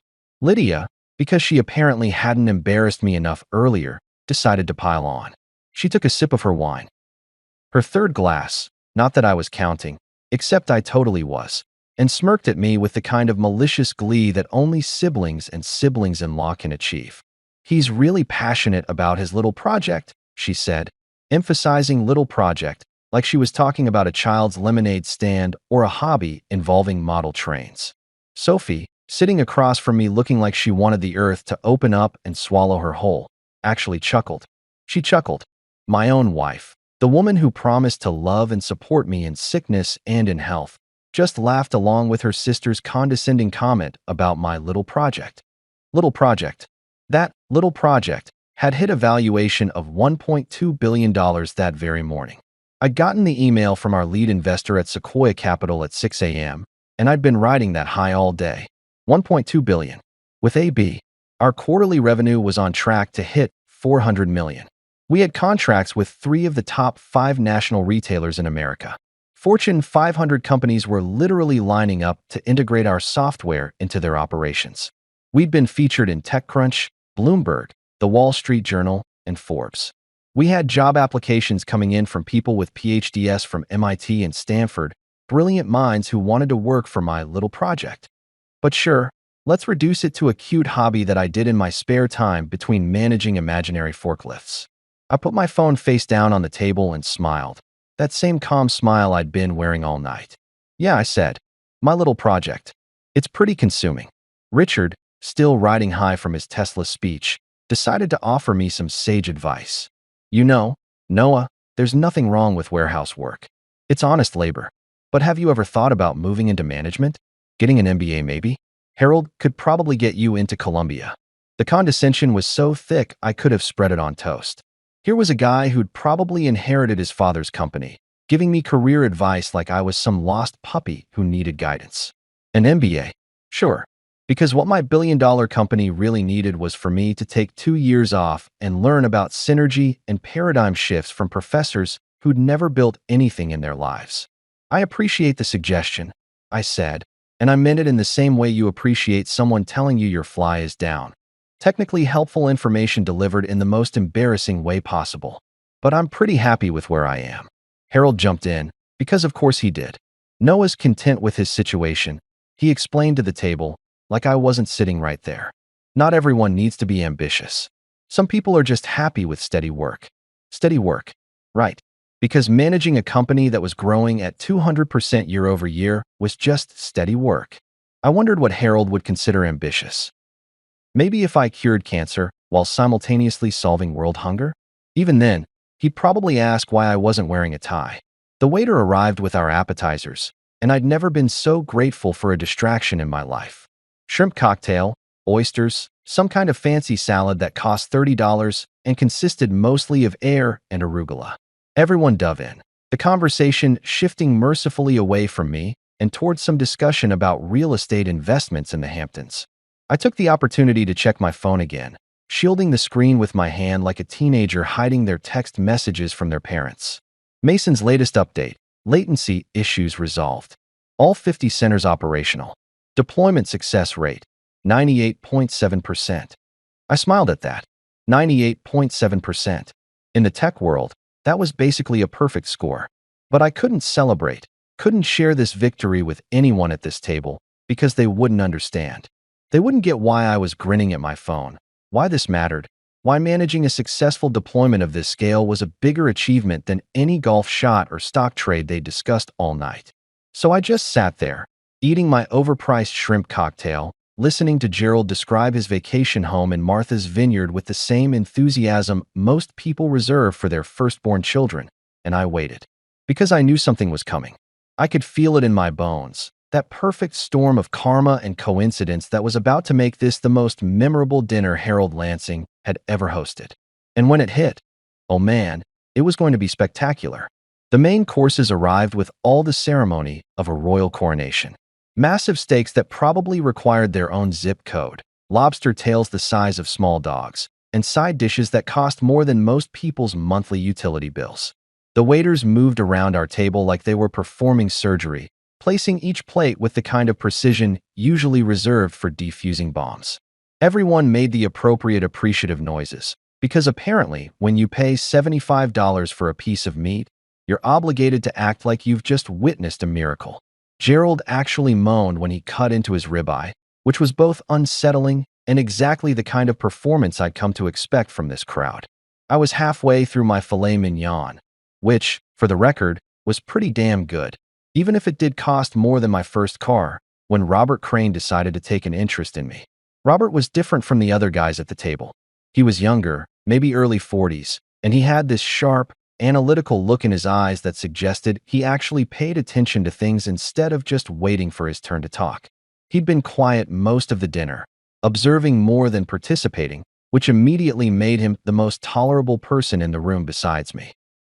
He set down his fork, wiped his mouth with his napkin like he was preparing for something important, and turned to me with genuine curiosity. "So, Noah," he said, and I braced myself for another condescending question about warehouse management or forklift certification. "What exactly do you do at the warehouse?" His tone was polite, professionally interested, the kind of question you ask at networking events when you're trying to figure out if someone is worth talking to, or if you should excuse yourself to grab another drink. Before I could even open my mouth to answer, before I could explain what I actually did for a living, Harold swooped in like a vulture spotting roadkill. "He helps move boxes," Harold announced to the table, and I swear he said it with the same tone you'd use to say he picks up trash on the highway, or he's still trying to figure out what he wants to be when he grows up. Harold continued, warming to his topic like a professor giving a lecture on disappointment. "Not glamorous, but hey, someone's got to do it."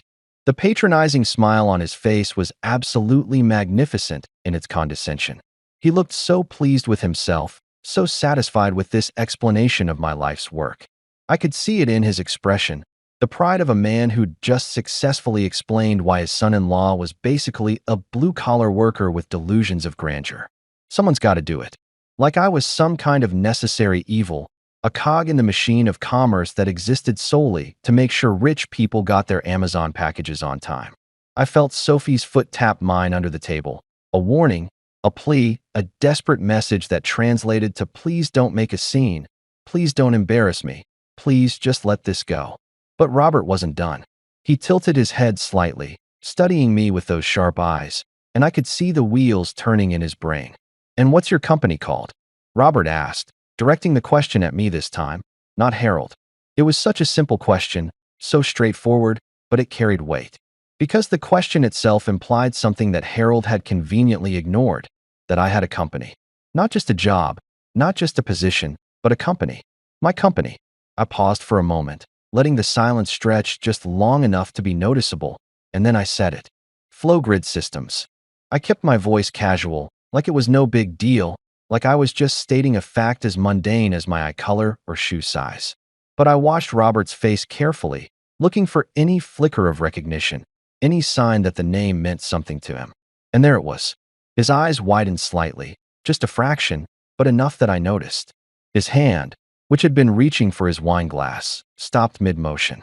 For exactly 3 seconds, Robert Crane sat completely still, processing what I'd just said like a computer that had encountered an unexpected error. Then, moving with the deliberate slowness of someone who couldn't quite believe what they were doing, he pulled out his phone. The rest of the table was still talking, still engaged in their discussion about whether the Dow Jones was going to hit 40,000 or whatever arbitrary number made them feel smart, completely oblivious to the fact that everything was about to change. Robert's thumbs moved across his screen, typing with the focused intensity of someone searching for something specific. I knew exactly what he was doing. He was Googling my company. He was fact-checking me. And I loved it. I watched his face go through the most beautiful transformation. First confusion, his eyebrows scrunched together as he stared at his screen. Then recognition, his eyes going wide as he read whatever he was seeing. Then shock, his mouth opening slightly in surprise. And finally, disbelief, as he looked up from his phone to stare at me like I'd just told him I was actually a prince from a small European country who'd been living undercover as a commoner. The Flowgrid systems? Robert said, and his voice had completely changed. Gone was the polite professional interest. This was something else entirely. Respect, surprise, maybe even a little awe. The logistics optimization platform? Harold, who'd been in the middle of explaining to Preston why the Fed's interest rate policy was flawed, stopped mid-sentence. "What's that?" he asked, looking between Robert and me with confusion. Robert ignored him, his attention laser-focused on me now. "Your company just signed with Titan Distribution, right?"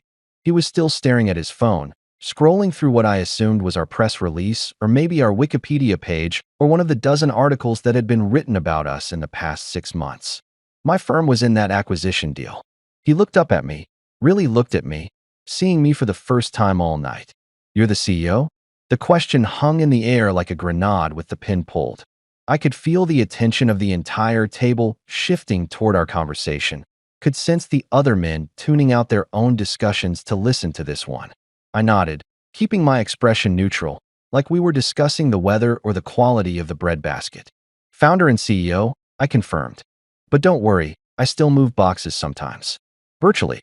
I added that last part with a smile, a tiny little jab at Harold's earlier explanation of my job responsibilities. Robert let out a laugh, not the polite, performative chuckle that had been floating around the table all night, but a genuine, surprised bark of laughter that made several other people jump slightly. "Holy shit," Robert said, then immediately looked apologetic for swearing at the dinner table like we were in church instead of a steakhouse. But he couldn't help himself. He was staring at me like I'd just performed a magic trick, like I'd pulled a rabbit out of a hat, except the rabbit was a billion-dollar company, and the hat was Harold's crushing disappointment. The whole table had gone silent now.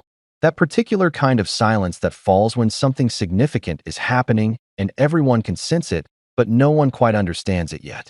Gerald had stopped mid-chew, his fork frozen halfway to his mouth. Preston was looking between Robert and me with confusion. Richard had actually put down his phone, which was probably the first time all night he hadn't been checking his Tesla's battery status, or whatever it is Tesla owners obsessively monitor. Harold's face was doing something fascinating. It was cycling through expressions so quickly I could barely keep track. Confusion, skepticism, concern, and something that might have been the first stirrings of dread. "Robert," Harold said slowly, carefully, like he was talking to someone who might be having a mental breakdown. "What are you talking about?" Robert turned to look at Harold, and I could see him trying to figure out how to explain this without making Harold look like a complete idiot. Spoiler alert, there was no way to do that. The situation was what it was.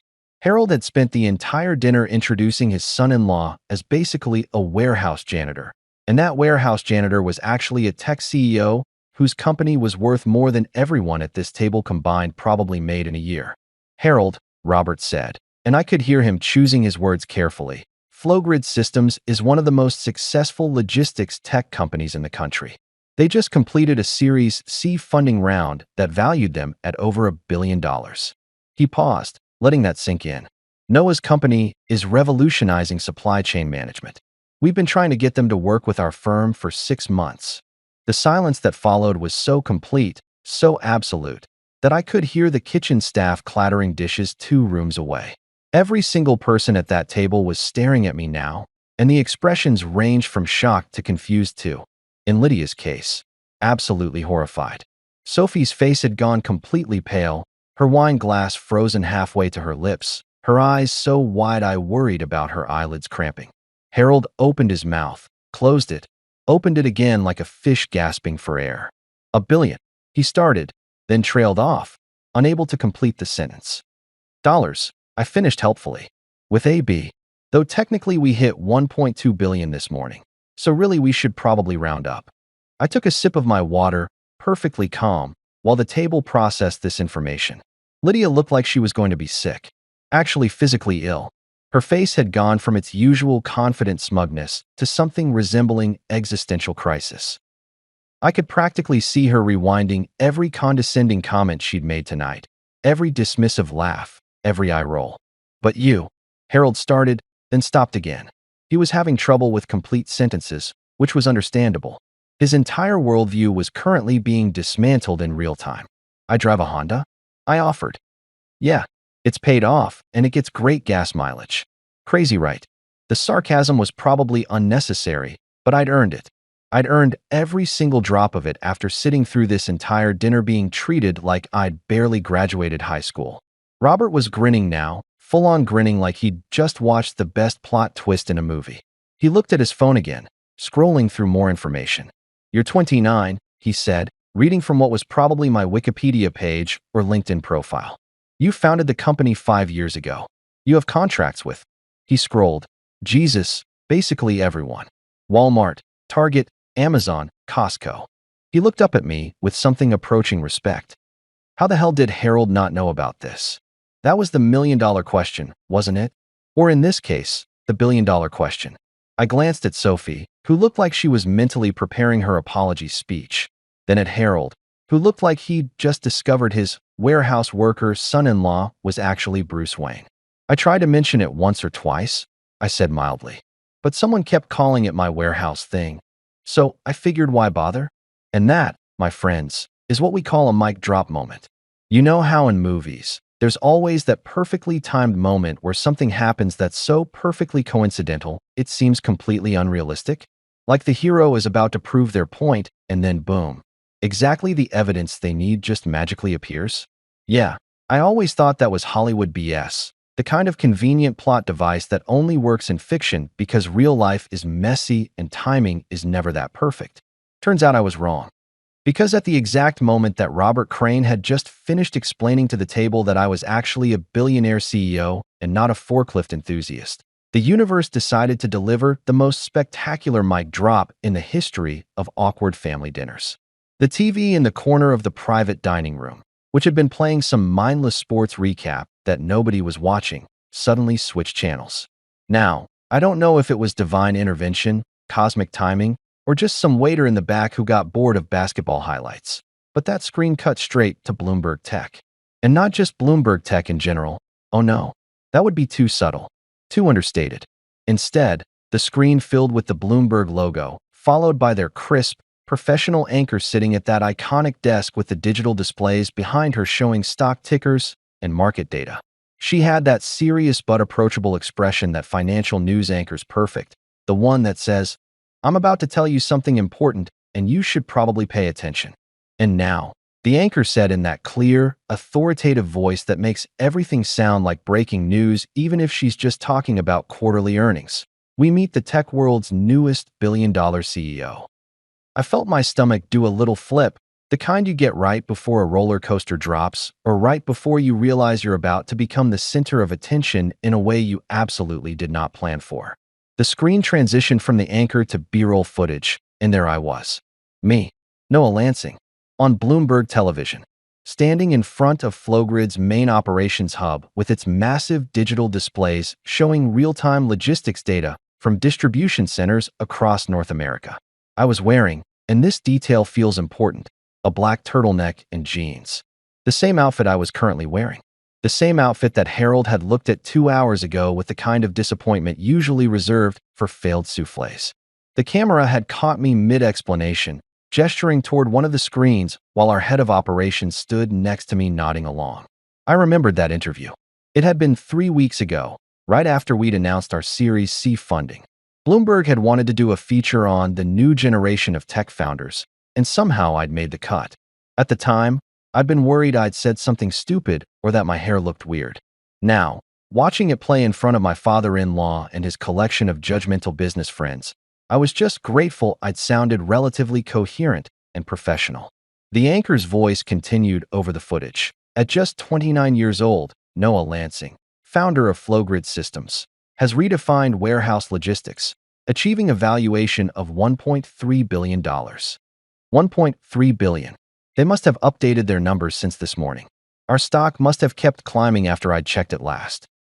The sound of Sophie's wine glass hitting the table was so sharp it could have shattered crystal. I turned to look at her, and her face was doing this thing I'd never seen before. A combination of shock, confusion, pride, horror, and what might have been the dawning realization that she'd married someone she didn't actually know. Her mouth was open, literally hanging open, frozen mid-sip like someone had hit pause on her entire existence. The wine in her glass was sloshing dangerously close to the rim because her hand was shaking slightly. "That's," she started, but couldn't seem to finish the sentence. Her brain had apparently blue-screened. Harold was staring at the TV like it had personally betrayed him. He squinted at the screen, leaning forward slightly, like maybe if he looked hard enough the image would change, and it would turn out to be someone else, some other Noah Lansing who just happened to look exactly like his disappointing warehouse worker's son-in-law. "That looks like," he said slowly, his voice trailing off as his brain struggled to process what his eyes were seeing. The cognitive dissonance was almost beautiful to watch. On one hand, evidence. Clear, undeniable evidence broadcast on one of the most respected financial news networks in the world. On the other hand, his entire belief system about his son-in-law being a mediocre underachiever. Something had to give. "Yeah," I said, keeping my voice as casual as possible, like we were discussing the weather or commenting on the quality of the bread rolls. "I get that a lot. People say I have one of those faces." The sarcasm was probably lost on Harold, whose brain was still trying to reconcile reality with his expectations, but Robert caught it and actually snorted into his wine glass. On screen, Bloomberg was still going, because apparently the universe wasn't done twisting the knife. The anchor continued with my professional biography, rattling off achievements like she was reading a grocery list. Lansing founded Flowgrid 5 years ago after dropping out of Stanford's computer science program. The company now manages logistics operations for over 300 clients, including major retailers Walmart, Target, and Amazon. Stanford dropout. That was always fun to mention. Harold had given me so much grief about not finishing my degree, had literally told Sophie at our wedding that at least he tried college, like I'd failed out due to incompetence rather than leaving because I had a company to run and venture capitalists throwing money at me. The Bloomberg segment showed more footage. Our offices, which looked appropriately tech startup-ish with their open floor plans and standing desks, and that vintage Pac-Man machine we kept in the break room. There was a shot of our engineering team gathered around monitors, looking focused and professional. Another shot of one of our client distribution centers, massive and efficiently organized, with our software displayed prominently on screens throughout the facility. The company's proprietary algorithm, the anchor explained, and I could see some of the guys at the table actually leaning forward to listen, has reduced operational costs for clients by an average of 32%, while improving delivery times by up to 40%. She said it like it was simple, like we'd just stumbled upon this solution accidentally, but I knew the reality. That algorithm had taken 18 months of development, thousands of hours of testing, and more failed iterations than I could count. We'd basically taught computers to think like the world's most efficient warehouse manager, except without the need for coffee breaks or bathroom stops. Robert had his phone out now. Recording the TV screen like this was evidence he needed to preserve.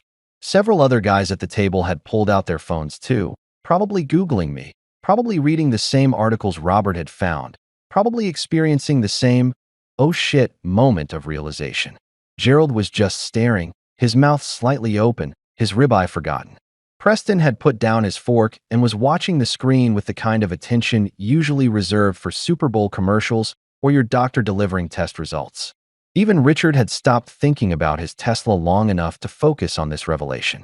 The Bloomberg anchor transitioned to talking about our funding rounds, and this was where it got really good. Flowgrid has raised over $90 million from top-tier venture capital firms, including Sequoia Capital, Andreessen Horowitz, and Benchmark. She listed them like she was reading off an honor roll, and I could see the recognition in the eyes of the guys at the table. These weren't just random investors. These were the investors. The ones that every startup founder dreams about. The firms that had backed Google, Facebook, Uber, Airbnb. The ones with the Midas touch. And they'd bet on me. On my warehouse thing. Recent reports, the anchor continued, and I braced myself because I knew what was coming next, indicate that Flowgrid is in talks for a potential acquisition by Microsoft, with preliminary valuations exceeding $2 billion. Okay, so that part wasn't actually confirmed yet. We were in preliminary discussions, very preliminary, the kind of early-stage conversations where everyone's just feeling each other out and nothing's certain. But Bloomberg had gotten wind of it somehow, probably from the same source that had leaked half the other tech acquisitions in the past year, and they'd run with it. $2 billion. With a B. Again with the B. That letter was doing a lot of heavy lifting tonight. Harold made a sound that I can only describe as a strangled gasp, like someone had punched him in the stomach, and he was trying not to show it. He turned to look at me, really look at me, and I could see him reassessing everything. Every conversation we'd ever had. Every dismissive comment. Every time he'd introduced me as the warehouse guy or suggested I needed to find a real job. All of it was being recontextualized in real time, and the expression on his face suggested the realization was not comfortable. Lydia, bless her judgmental heart, looked like she was going through the 7 stages of grief simultaneously. Her face had gone from smug to shocked to horrified to something that might have been respect, but looked more like she was trying not to throw up her expensive dinner. Sophie was still frozen, her wine glass still suspended in midair, her eyes moving between the TV screen and my face like she was watching a tennis match. I caught her eye and gave her a little shrug, like, surprise, honey, your husband isn't actually a failure.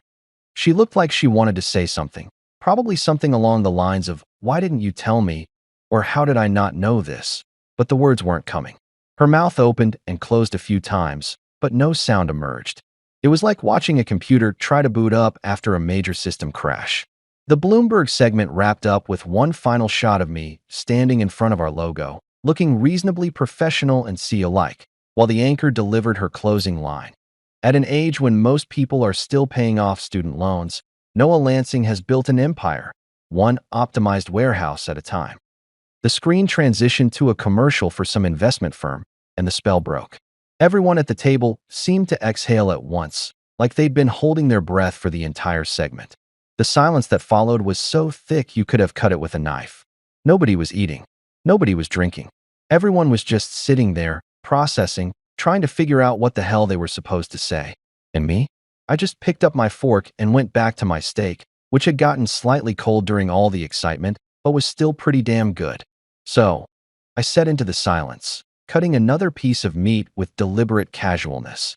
Anyone else want to tell me about their golf handicap? I was really enjoying those stories. Robert was the first one to break the silence, and God bless him for it, because the tension in that room was thick enough to require a machete. He let out this laugh, not the polite, restrained chuckle that business dinners require, but a full-throated, genuine belly laugh that echoed off the wood-paneled walls. He slapped the table hard enough to make the silverware jump and turned to Sophie with this absolutely gleeful expression. "You're joking, right?" he said, pointing between her and me like we were some elaborate prank. "You're married to the Flowgrid guy?"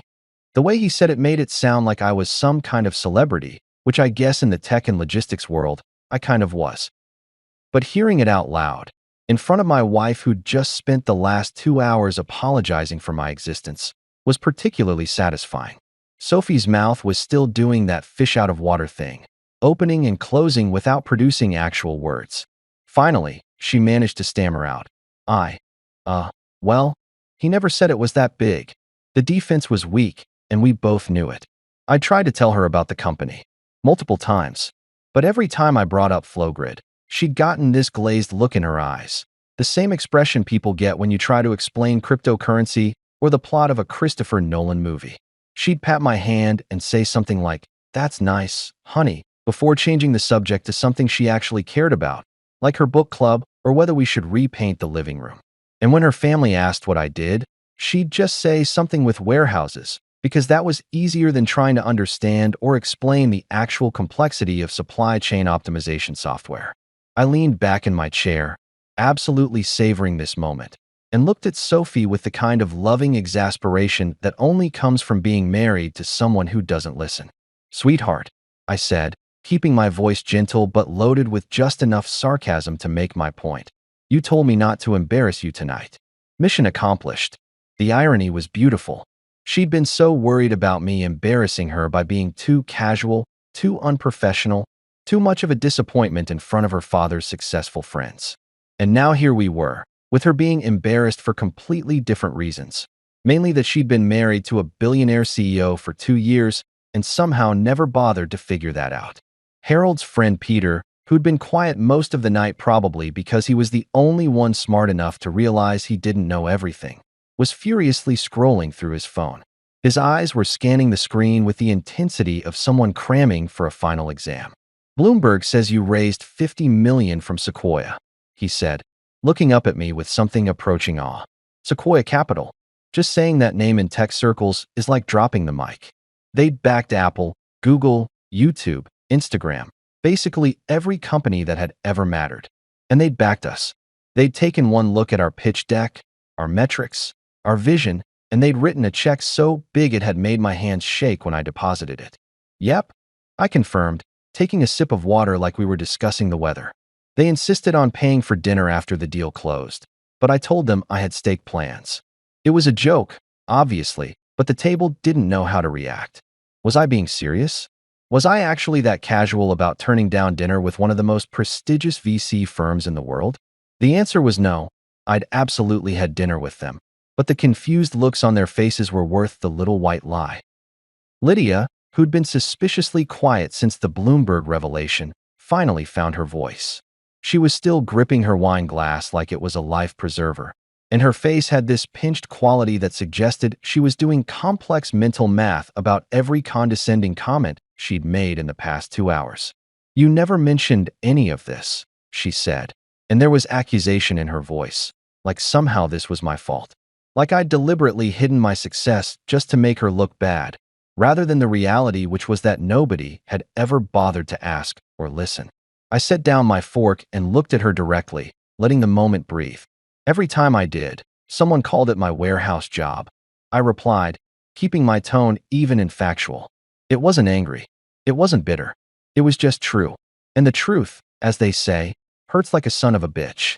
I could see the realization hitting her, the memories flooding back of all the times she'd dismissed me, rolled her eyes, made little comments about my cute little project or my warehouse thing. Robert was still grinning like a kid on Christmas morning. He'd pulled up our company website on his phone and was scrolling through it with genuine interest. "Classic," he said, shaking his head with admiration. "This is absolutely classic. You've been sitting here all night letting Harold introduce you as a warehouse worker while you're actually—" He checked his phone again. Forbes 30 under 30, TechCrunch headline, Wall Street Journal front page. He looked at me with new respect. How did they not know? It was a fair question. How does someone's family not know they're successful? But the answer was simpler than people wanted to admit, because they never asked. Because they'd made assumptions based on how I dressed and where I didn't work, and those assumptions were more comfortable than the truth. Gerald had finally recovered enough to speak, though he looked like someone had just explained to him that his golf trophy was actually plastic. "Wall Street Journal?" he repeated weakly. "You were in the Wall Street Journal?" I nodded. "Front page of the business section, actually. They did this whole piece on how we're disrupting traditional logistics models. It was pretty cool. My mom bought like 15 copies. That detail seemed to humanize me somehow, and I saw a few guys smile at that. Because at the end of the day, no matter how successful you are, your mom is still your mom, and she's still going to brag about you to everyone at her book club." The table had completely transformed. Gone were the condescending smiles and the polite dismissals. Now everyone was looking at me like I was a different person entirely, which was hilarious because I was literally the same guy who'd walked in 2 hours ago. Same jeans, same turtleneck, same face. The only thing that had changed was their perception, and watching that shift in real time was more satisfying than any steak Morton's could serve. Harold looked like he'd aged 10 years in 10 minutes. His confident, dismissive demeanor had crumbled, replaced by something that looked uncomfortably like regret mixed with panic. And the night was still young. The universe, apparently deciding that one cosmic coincidence wasn't enough for the evening, delivered round 2 right on schedule.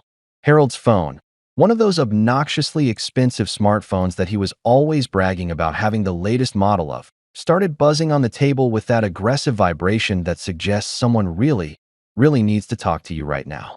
He glanced down at the screen, and I watched his face do something fascinating. It went from confusion to recognition to what I can only describe as pure, unfiltered panic. The kind of expression you get when you realize you've made a terrible mistake and the bill is about to come due. "It's Charles," Harold muttered, more to himself than to anyone at the table, staring at his phone like it had just grown teeth. "Charles from Columbia Business School." He said it with the kind of reverence people usually reserve for religious figures or celebrities, and I knew exactly who he was talking about. Charles Whitmore, Dean of Columbia Business School, one of the most prestigious business programs in the country, and coincidentally, someone I'd had several very pleasant conversations with over the past 6 months. Harold answered the call, holding up one finger to the table in that universal gesture of, "Give me a minute. This is important." He stepped away from the table slightly, pressing the phone to his ear, and I could hear his side of the conversation even though he was trying to be discreet. "Charles, good to hear from you. What's— Yes, I'm at dinner right now. What? Oh yes, Noah's right here." Harold's eyes snapped to me, wide with something between confusion and dawning horror. "Your donation?" His voice went up at the end, turning it into a question, like maybe he'd misheard, like maybe Charles was talking about a different Noah.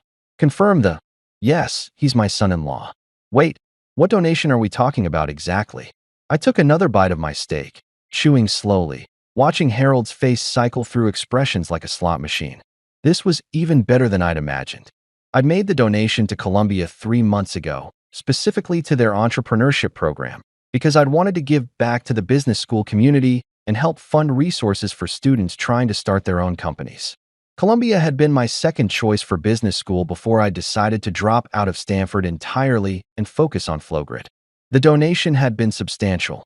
Okay, very substantial, but I'd done it quietly, without fanfare, because that's how I preferred to handle my charitable giving. Harold's hand was shaking slightly as he held the phone. $1.2 million, he said, his voice strangled, like someone was physically squeezing his throat. "For the entrepreneurship grant program?" "I see. No, of course we'll confirm." "Yes, thank you, Charles. We'll talk soon." He ended the call and just stood there for a moment, phone in hand, staring into the middle distance like he was having an out-of-body experience. The table had gone silent again. Apparently, we were making a habit of these dramatic pauses, and everyone was watching Harold's meltdown with the kind of morbid fascination usually reserved for car accidents or reality TV. Lydia, who'd been taking a long drink of wine probably to cope with the evening's revelations, actually choked. Like, full-on sputtered and coughed, wine probably going down the wrong pipe. "You donated $1 million?" she gasped out between coughs, her eyes watering. Her makeup, which had been perfect earlier, was starting to run slightly from the coughing-induced tears, and I'd never seen her look less composed. "It was glorious. Technically 1.2. I corrected, because accuracy matters. "But who's counting?" I shrugged like we were talking about donating $20 to a GoFundMe, not over $1 million to one of the country's top business schools. Columbia is doing great work with their entrepreneurship program. They needed funding for student resources, mentorship programs, startup seed money. It felt like the right thing to do. Robert had gone back to his phone, scrolling with increased fervor, and he let out a low whistle. "Dude," he said, and the casualness of the word dude at this formal business dinner somehow made it more impactful. "Your Forbes 30 under 30, TechCrunch headline, Wall Street Journal front page. How did they not know?" He gestured around the table, indicating the collective ignorance of my in-laws and their business associates. It was a question I'd been asking myself for years, honestly. How do you live with someone, be married to someone, be related to someone, and not know basic facts about their life? The answer, I'd learned, was simple. You don't ask. You make assumptions, and then you never bother to check if those assumptions are correct. Family group chats are complicated, I said with a half smile, which was the understatement of the century. Our family group chat was a wasteland of ignored messages and changed subjects. Anytime I tried to share news about Flowgrid, a new funding round, a major client, an industry award, the conversation would immediately pivot to something else. Sophie's mom would post a picture of her cat. Lydia would ask about restaurant recommendations. Harold would share some article about the stock market. It was like my messages existed in a parallel dimension that nobody else could see. After a while, I just stopped trying. What was the point of sharing your achievements with people who'd already decided you weren't achieving anything worth noting? Suddenly, Harold stood up from his position near the wall where he'd taken the call. He cleared his throat with the kind of theatrical formality that suggested he was about to make a speech. And oh boy, was I ready for this. The entire table turned to look at him, forks paused mid-bite, wine glasses frozen in midair. Everyone, Harold began, his voice carrying that forced joviality of someone trying to save face after a catastrophic error in judgment. I owe my son-in-law an apology. The words looked like they physically pained him to say, like each syllable was a small knife wound. Turns out he's not just a warehouse worker. He paused for what I assume he thought was dramatic effect. He owns the warehouses. It was such a Harold thing to say. Even in his apology, he had to make it about ownership, about possession, about the metrics of success he understood. I could have let it slide, could have just nodded and accepted the apology gracefully, but where's the fun in that? Technically the software that runs them. I corrected, keeping my tone light and educational. But close enough. It was a small correction, but an important one. I didn't own warehouses. That would make me a real estate mogul. I owned the technology that made warehouses run efficiently, that saved companies millions of dollars, that revolutionized how products moved from manufacturers to consumers. The distinction mattered, at least to me. Preston, who'd been quiet for most of the dinner but was apparently now feeling brave enough to speak up, leaned forward with his elbows on the table. So the Bloomberg segment said you're in acquisition talks with Microsoft? It was phrased as a question, but it was really a request for confirmation, for validation, for more details about something so massive it probably kept him up at night just thinking about it. I nodded slowly, because yes, we were in talks with Microsoft, but those talks were preliminary and confidential and definitely not something I should be discussing at a dinner table with people I barely knew. But the cat was already out of the bag, scratching up the furniture and knocking over expensive vases. Early stages, I said, choosing my words carefully. They're interested in integrating our logistics platform with their Azure cloud services. Would be a good fit for both companies. I didn't mention the proposed acquisition price because even I had limits to my pettiness, and also because those numbers weren't finalized and sharing them could potentially violate about 17 different NDAs I'd signed. But the implication was clear. Microsoft, one of the largest tech companies in the world, wanted to buy my little warehouse project. Richard, the Tesla guy who'd been mercifully quiet since the Bloomberg revelation, suddenly perked up. Wait, so you're going to sell? He asked, and there was genuine curiosity in his voice now, not the condescension from earlier. Thinking about it, I admitted. But it's complicated. Would depend on the terms, what happens to my team, whether we can maintain our company culture. It's not just about the money. The irony of me saying, it's not just about the money, to a table full of people who'd spent the entire dinner talking about nothing, but money wasn't lost on me. Gerald looked like he wanted to ask a question, but couldn't quite figure out how to phrase it without sounding stupid. Peter was still scrolling through his phone, probably reading every article ever written about FlowGrid, trying to catch up on 2 years of tech news he'd apparently missed. And Harold just stood there, looking at me like he was seeing me for the first time, really seeing me, and realizing that maybe, just maybe, he'd completely misjudged his son-in-law. Sophie finally found her voice, though it came out smaller than usual. Noah, why didn't you tell me it was this big? It was a fair question, and I could hear the hurt underneath it, the confusion of someone realizing they'd been living with a stranger. I looked at her, my wife, the woman I loved despite her occasional inability to listen, and I softened slightly. I tried soft, I said gently. But every time I brought it up, someone in your family called it my warehouse thing, and you'd change the subject. After a while, I just stopped trying. The truth of that statement hung in the air, uncomfortable and undeniable, and I watched her process it, watched her realize that maybe she bore some responsibility for not knowing about her own husband's life. Dinner wrapped up with all the awkwardness of a high school reunion where everyone's pretending they're more successful than they actually are, except in reverse. The guys who'd spent the entire evening peacocking about their golf games and stock portfolios were now trying to subtly ask me for business cards, investment opportunities, or just to pick my brain sometime, which is code for, please give me free consulting. I handed out exactly 0 business cards because I'm not an idiot and I know what, let's grab coffee sometime. really means when it comes from people who ignored you for 2 hours straight. The meal ended with an uncomfortable amount of handshaking and backslapping, with everyone suddenly treating me like I was their long-lost best friend instead of the warehouse guy they'd been patronizing all evening. Sophie had gone quiet, which was concerning because my wife was many things but quiet was rarely one of them. She sat in the passenger seat of our Honda Civic. Yes, the same Honda Civic that I'd driven to a billion-dollar business dinner, staring out the window like she was processing the meaning of life or trying to figure out how she'd married a stranger. I was about to start the car and escape this nightmare of a parking lot when I heard footsteps approaching. Heavy, deliberate footsteps that belonged to someone who decided they needed to have a talk. I already knew who it was before I looked up. Harold's face appeared at my window, slightly red from the wine and the embarrassment, and he made that universal hand-rolling gesture that means, roll down your window, we need to talk. I sighed, pressed the button to lower the window, and prepared myself for whatever version of reconciliation or damage control Harold was about to attempt. He stood there for a moment, looking at my car with the kind of expression usually reserved for observing a historical artifact in a museum. "You really drive a Honda?" he asked, and there was genuine confusion in his voice, like he'd just discovered I lived in a cardboard box or ate ramen for every meal. It wasn't judgment exactly, more like bewilderment that someone with my net worth would choose to drive a vehicle that cost less than his monthly country club dues.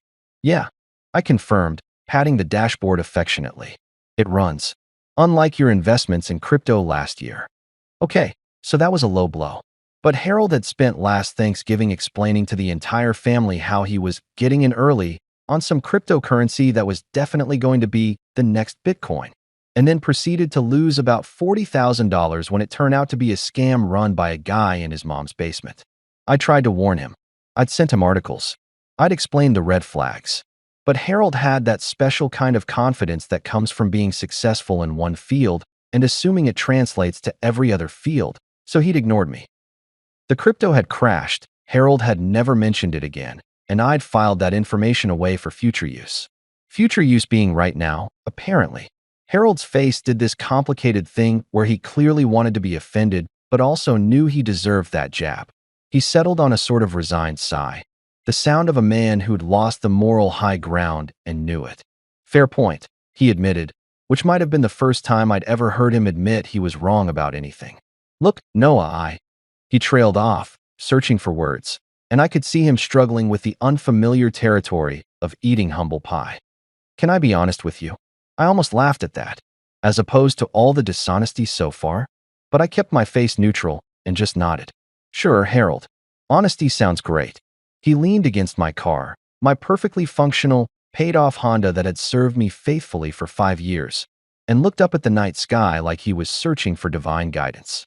"I thought you were a screw-up," he said bluntly, and wow. Okay, we were really going for honesty here.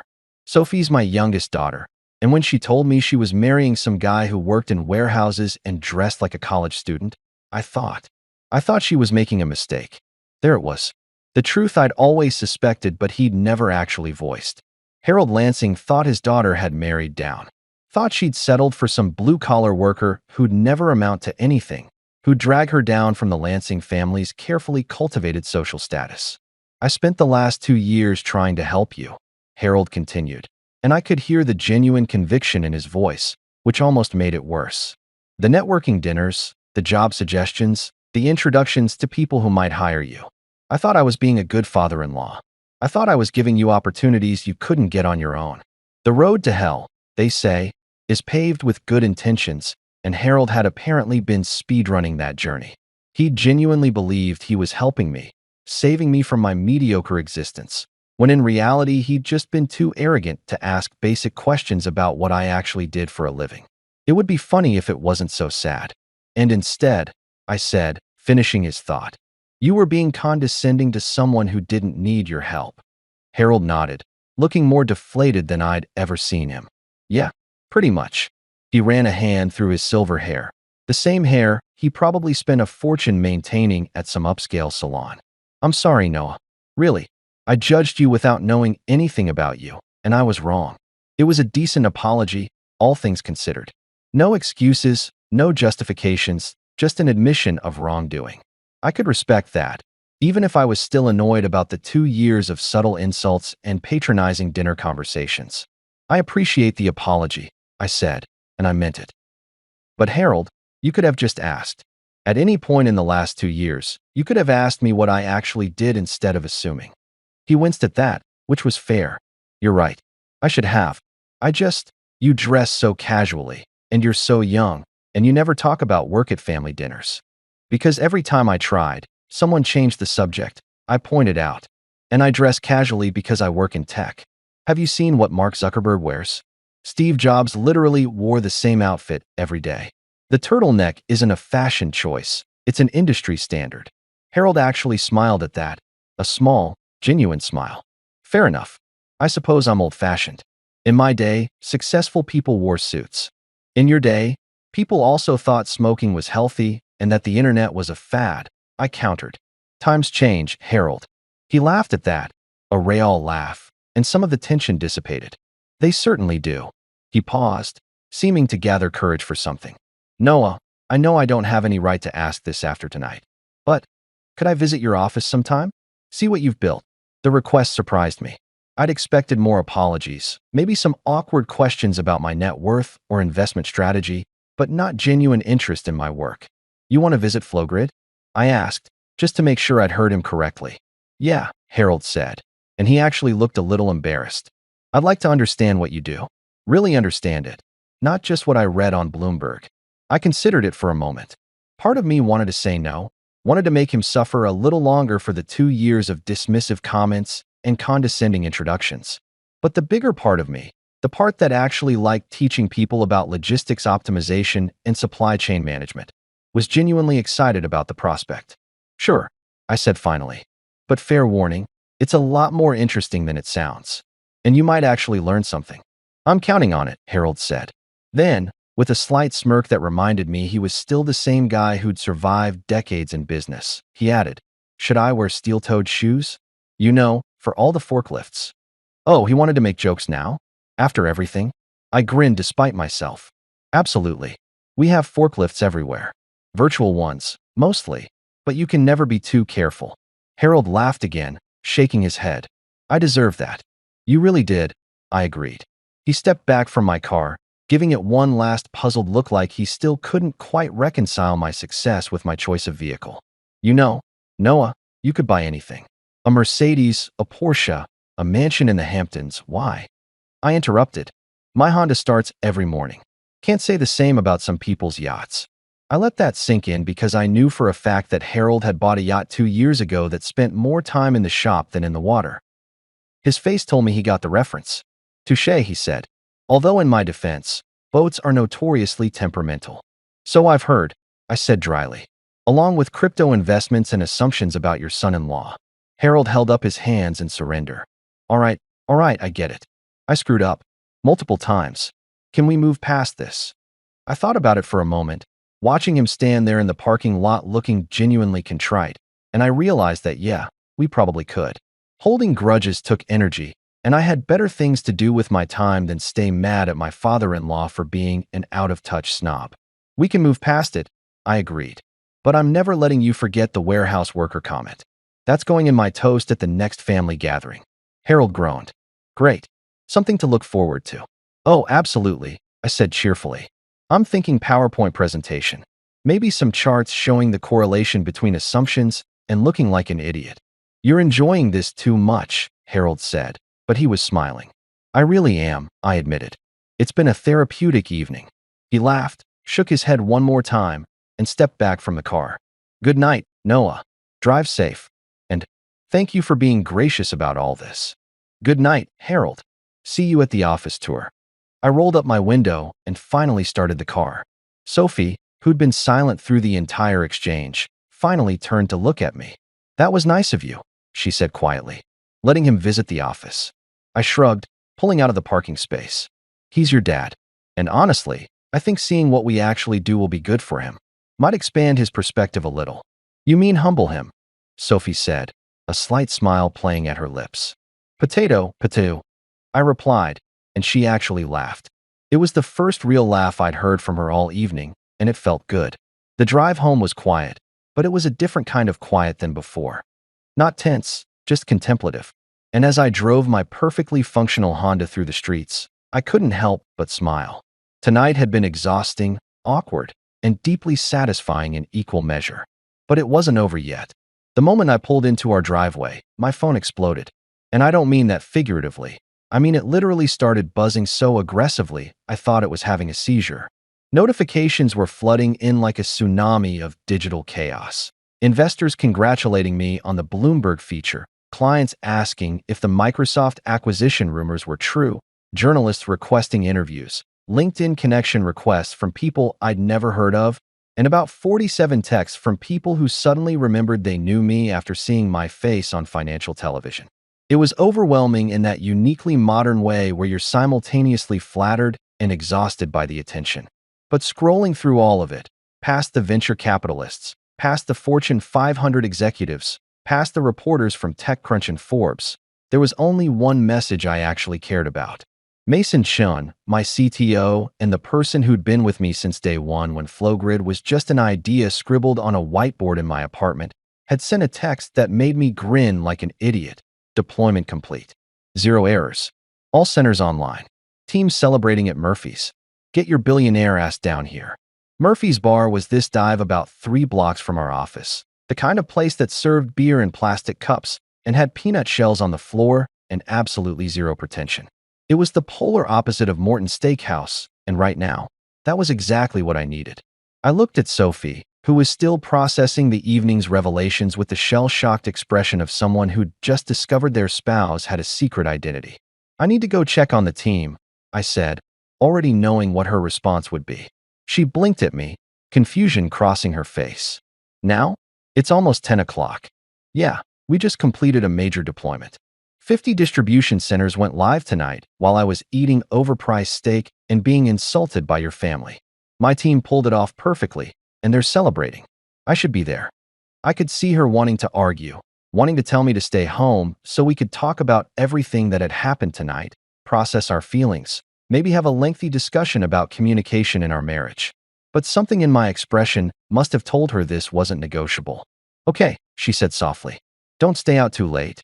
No promises, I replied, already changing out of my dinner clothes and into my natural habitat, jeans, a hoodie, and sneakers that had seen better days.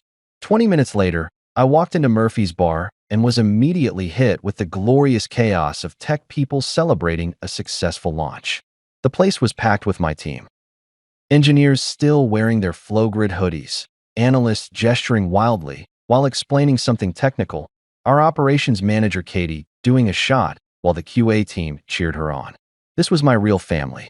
These were the people who actually understood what I did, who knew the difference between an API and an algorithm, who'd worked alongside me through countless all-nighters and impossible deadlines. The moment I walked through the door, someone spotted me and yelled, "Noah's here," and suddenly I was engulfed in a wave of high fives, back slaps, and enthusiastic greetings that felt more genuine than anything I'd experienced at Harold's dinner. Mason appeared from the crowd holding 2 beers, one of which he shoved into my hand with a grin that suggested he was already several drinks ahead of me. "The man of the hour," he announced loudly, raising his beer in a toast. "The warehouse worker who built a unicorn." The entire bar erupted in cheers and laughter, and I couldn't help but laugh too because of course Mason knew about the dinner. I'd texted him earlier about Harold's introduction, and he'd been sending me sarcastic messages throughout the meal asking if I'd told them about the forklifts yet. "Cheers to that," I said, raising my own beer. "And cheers to you guys for pulling off a flawless deployment while I was suffering through the world's most awkward business dinner." "How awkward are we talking?" asked Jennifer, one of our senior engineers who had a PhD from MIT and could code circles around anyone I'd ever met. She was perched on a bar stool, looking genuinely curious about my suffering. "Bloomberg aired a segment about me right in the middle of dinner," I said, taking a long drink of beer that tasted infinitely better than the expensive wine at Morton's. My father-in-law had spent the entire evening introducing me as a warehouse worker, and then suddenly I'm on TV being called a billionaire CEO. The team absolutely lost it. People were laughing so hard they were crying, and Mason had to lean against the bar to keep from falling over. "No way," gasped Katie between laughs. That actually happened? That's like something out of a movie. Oh, it gets better, I said, warming to my audience. Right after the Bloomberg thing, Harold gets a call from Columbia Business School asking to confirm my $1.2 million donation to their entrepreneurship program. More shocked laughter, more disbelief. Your father-in-law didn't know you donated over $1 million to Columbia? Jennifer asked, her eyes wide. My father-in-law didn't know I had over $1 million, period. I corrected. He thought I was one step above unemployed. Marcus, our head of data analytics, and a guy who could find patterns in chaos like some kind of mathematical wizard, shook his head in amazement. How do you not know your son-in-law is a CEO? Like, did he never Google you? Did your wife never mention it? Apparently not. I said with a shrug that was more amused than bitter now that I was away from the actual situation. They just assumed warehouse job meant, actually working in a warehouse. Moving boxes. Operating forklifts. That kind of thing. But you do work in warehouses, Mason said with mock seriousness. Virtual ones. Very important distinction. Oh, absolutely, I agreed. I moved digital boxes. Requires way less upper body strength.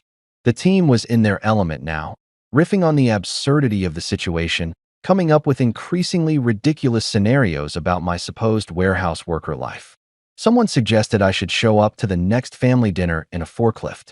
Someone else said I should hand out business cards that said professional box mover with my actual CEO title in tiny print at the bottom. Sarah, our youngest engineer who joined us fresh out of Stanford 6 months ago, raised her hand like we were in a classroom. Question, did you tell them about the Microsoft talks? Bloomberg did that for me, I said, which was fun because those talks are supposed to be confidential. But apparently Bloomberg has sources everywhere. Is it actually happening? Marcus asked, suddenly serious. The acquisition? This was the question everyone wanted to know, the one that actually mattered to the people in this room. Because if Microsoft bought Flowgrid, it would change everything. Their jobs, their equity, their futures. I owe them honesty. Maybe, I said carefully. We're in early discussions. Nothing's decided.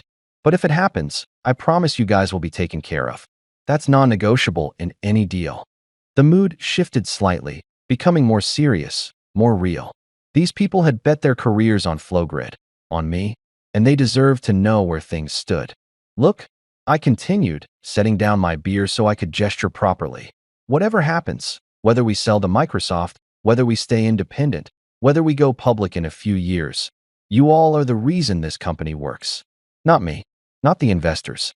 You, the people who actually build the product, who solve the problems, who make our clients' lives better. Katie raised her shot glass, which had somehow been refilled. Damn right we do. We're the real MVPs. Absolutely, I agreed. Which is why, effective Monday, everyone's getting bonuses. The bar erupted again, this time with genuine excitement and gratitude. People were hugging, high-fiving. Someone started chanting bonus, bonus, bonus, until Mason threw a peanut at them to shut them up. How big are we talking? Jennifer asked, always the practical one. Big enough that you'll actually notice it in your bank account, I said. Not retire to the Bahamas big, but definitely nice vacation and pay off some debt big. Except for people who left early last Friday.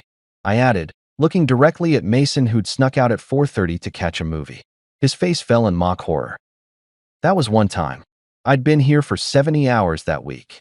Exactly, I said with a grin. And you left early. No bonus for you. The entire bar booed and threw peanuts at me while Mason protested loudly about labor laws and employee rights and how he was going to report me to HR. We don't have HR, I pointed out.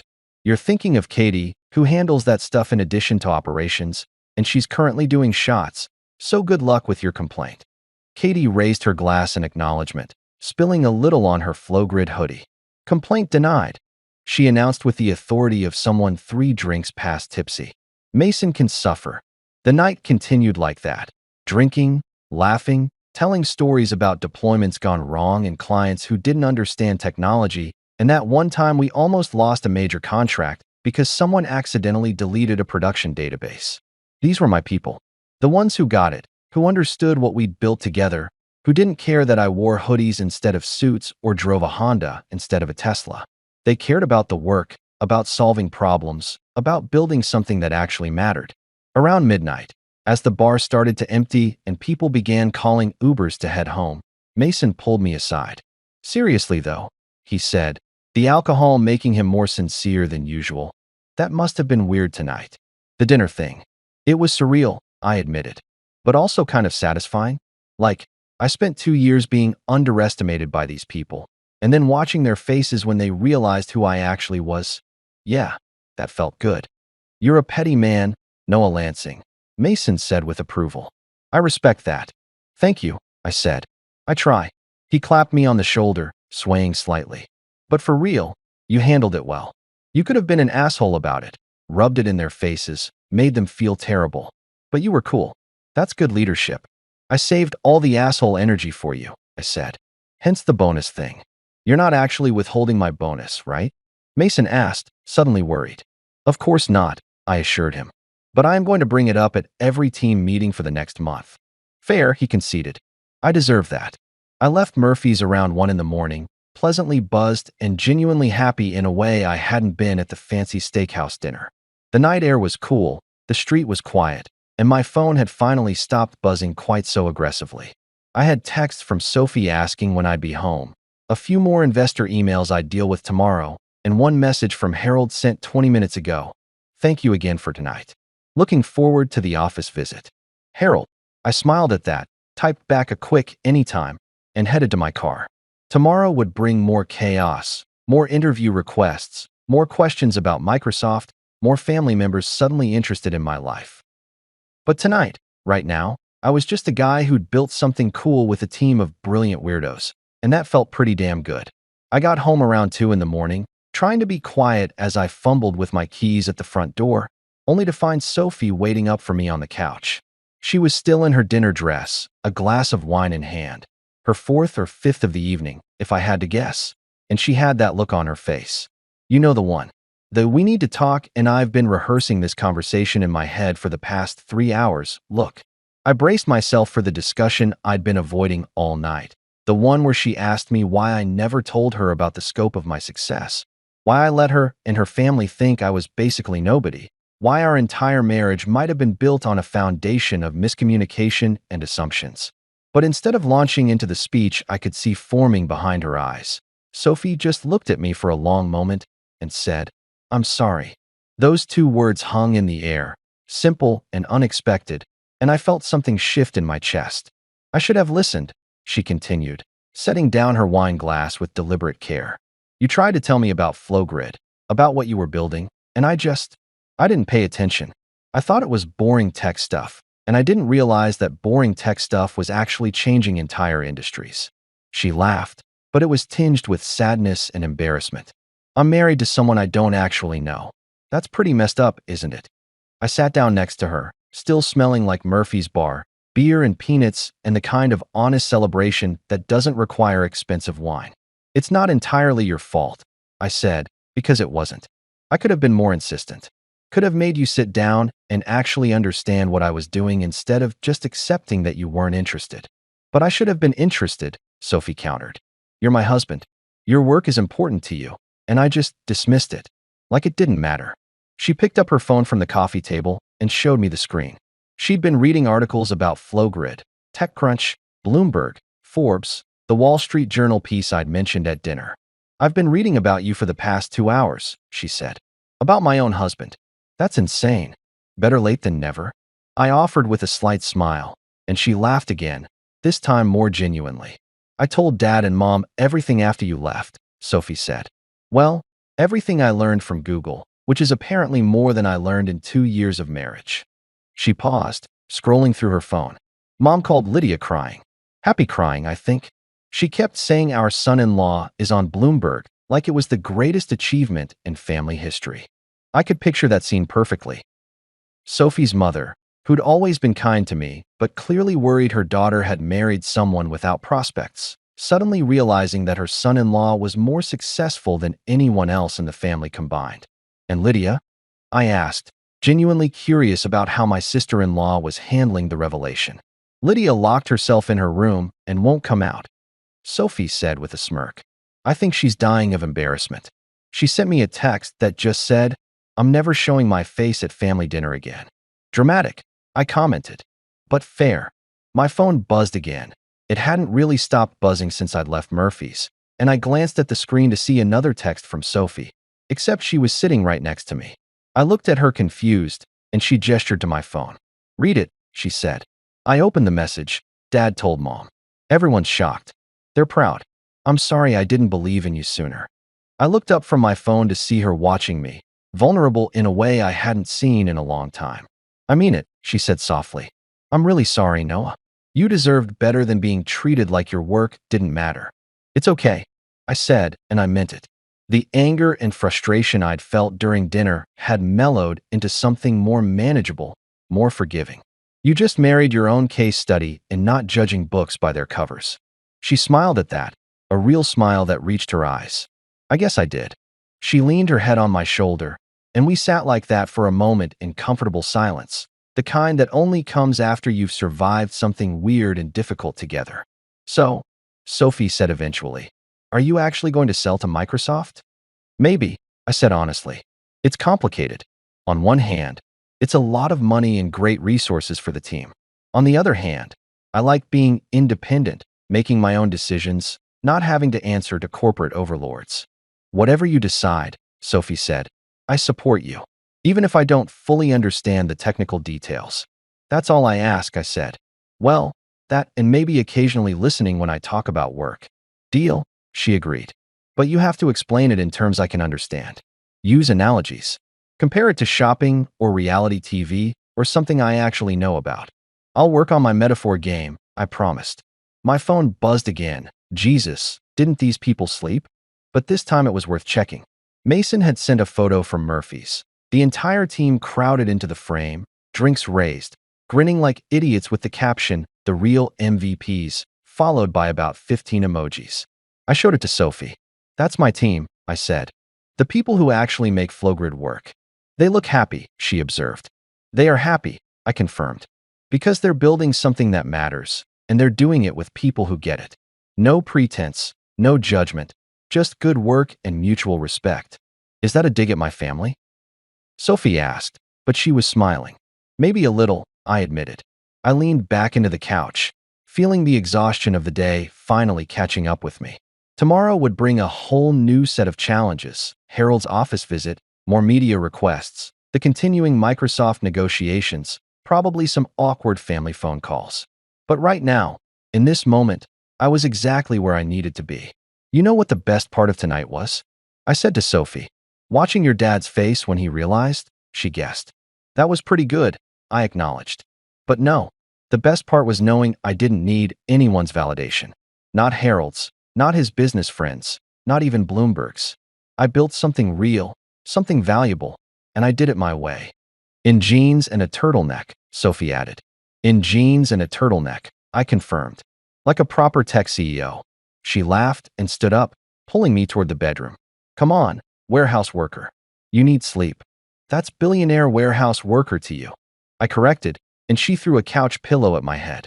As I drifted off to sleep that night, my phone finally silent on the nightstand, I couldn't help but smile at the thought of Harold's face the next time Bloomberg introduced me.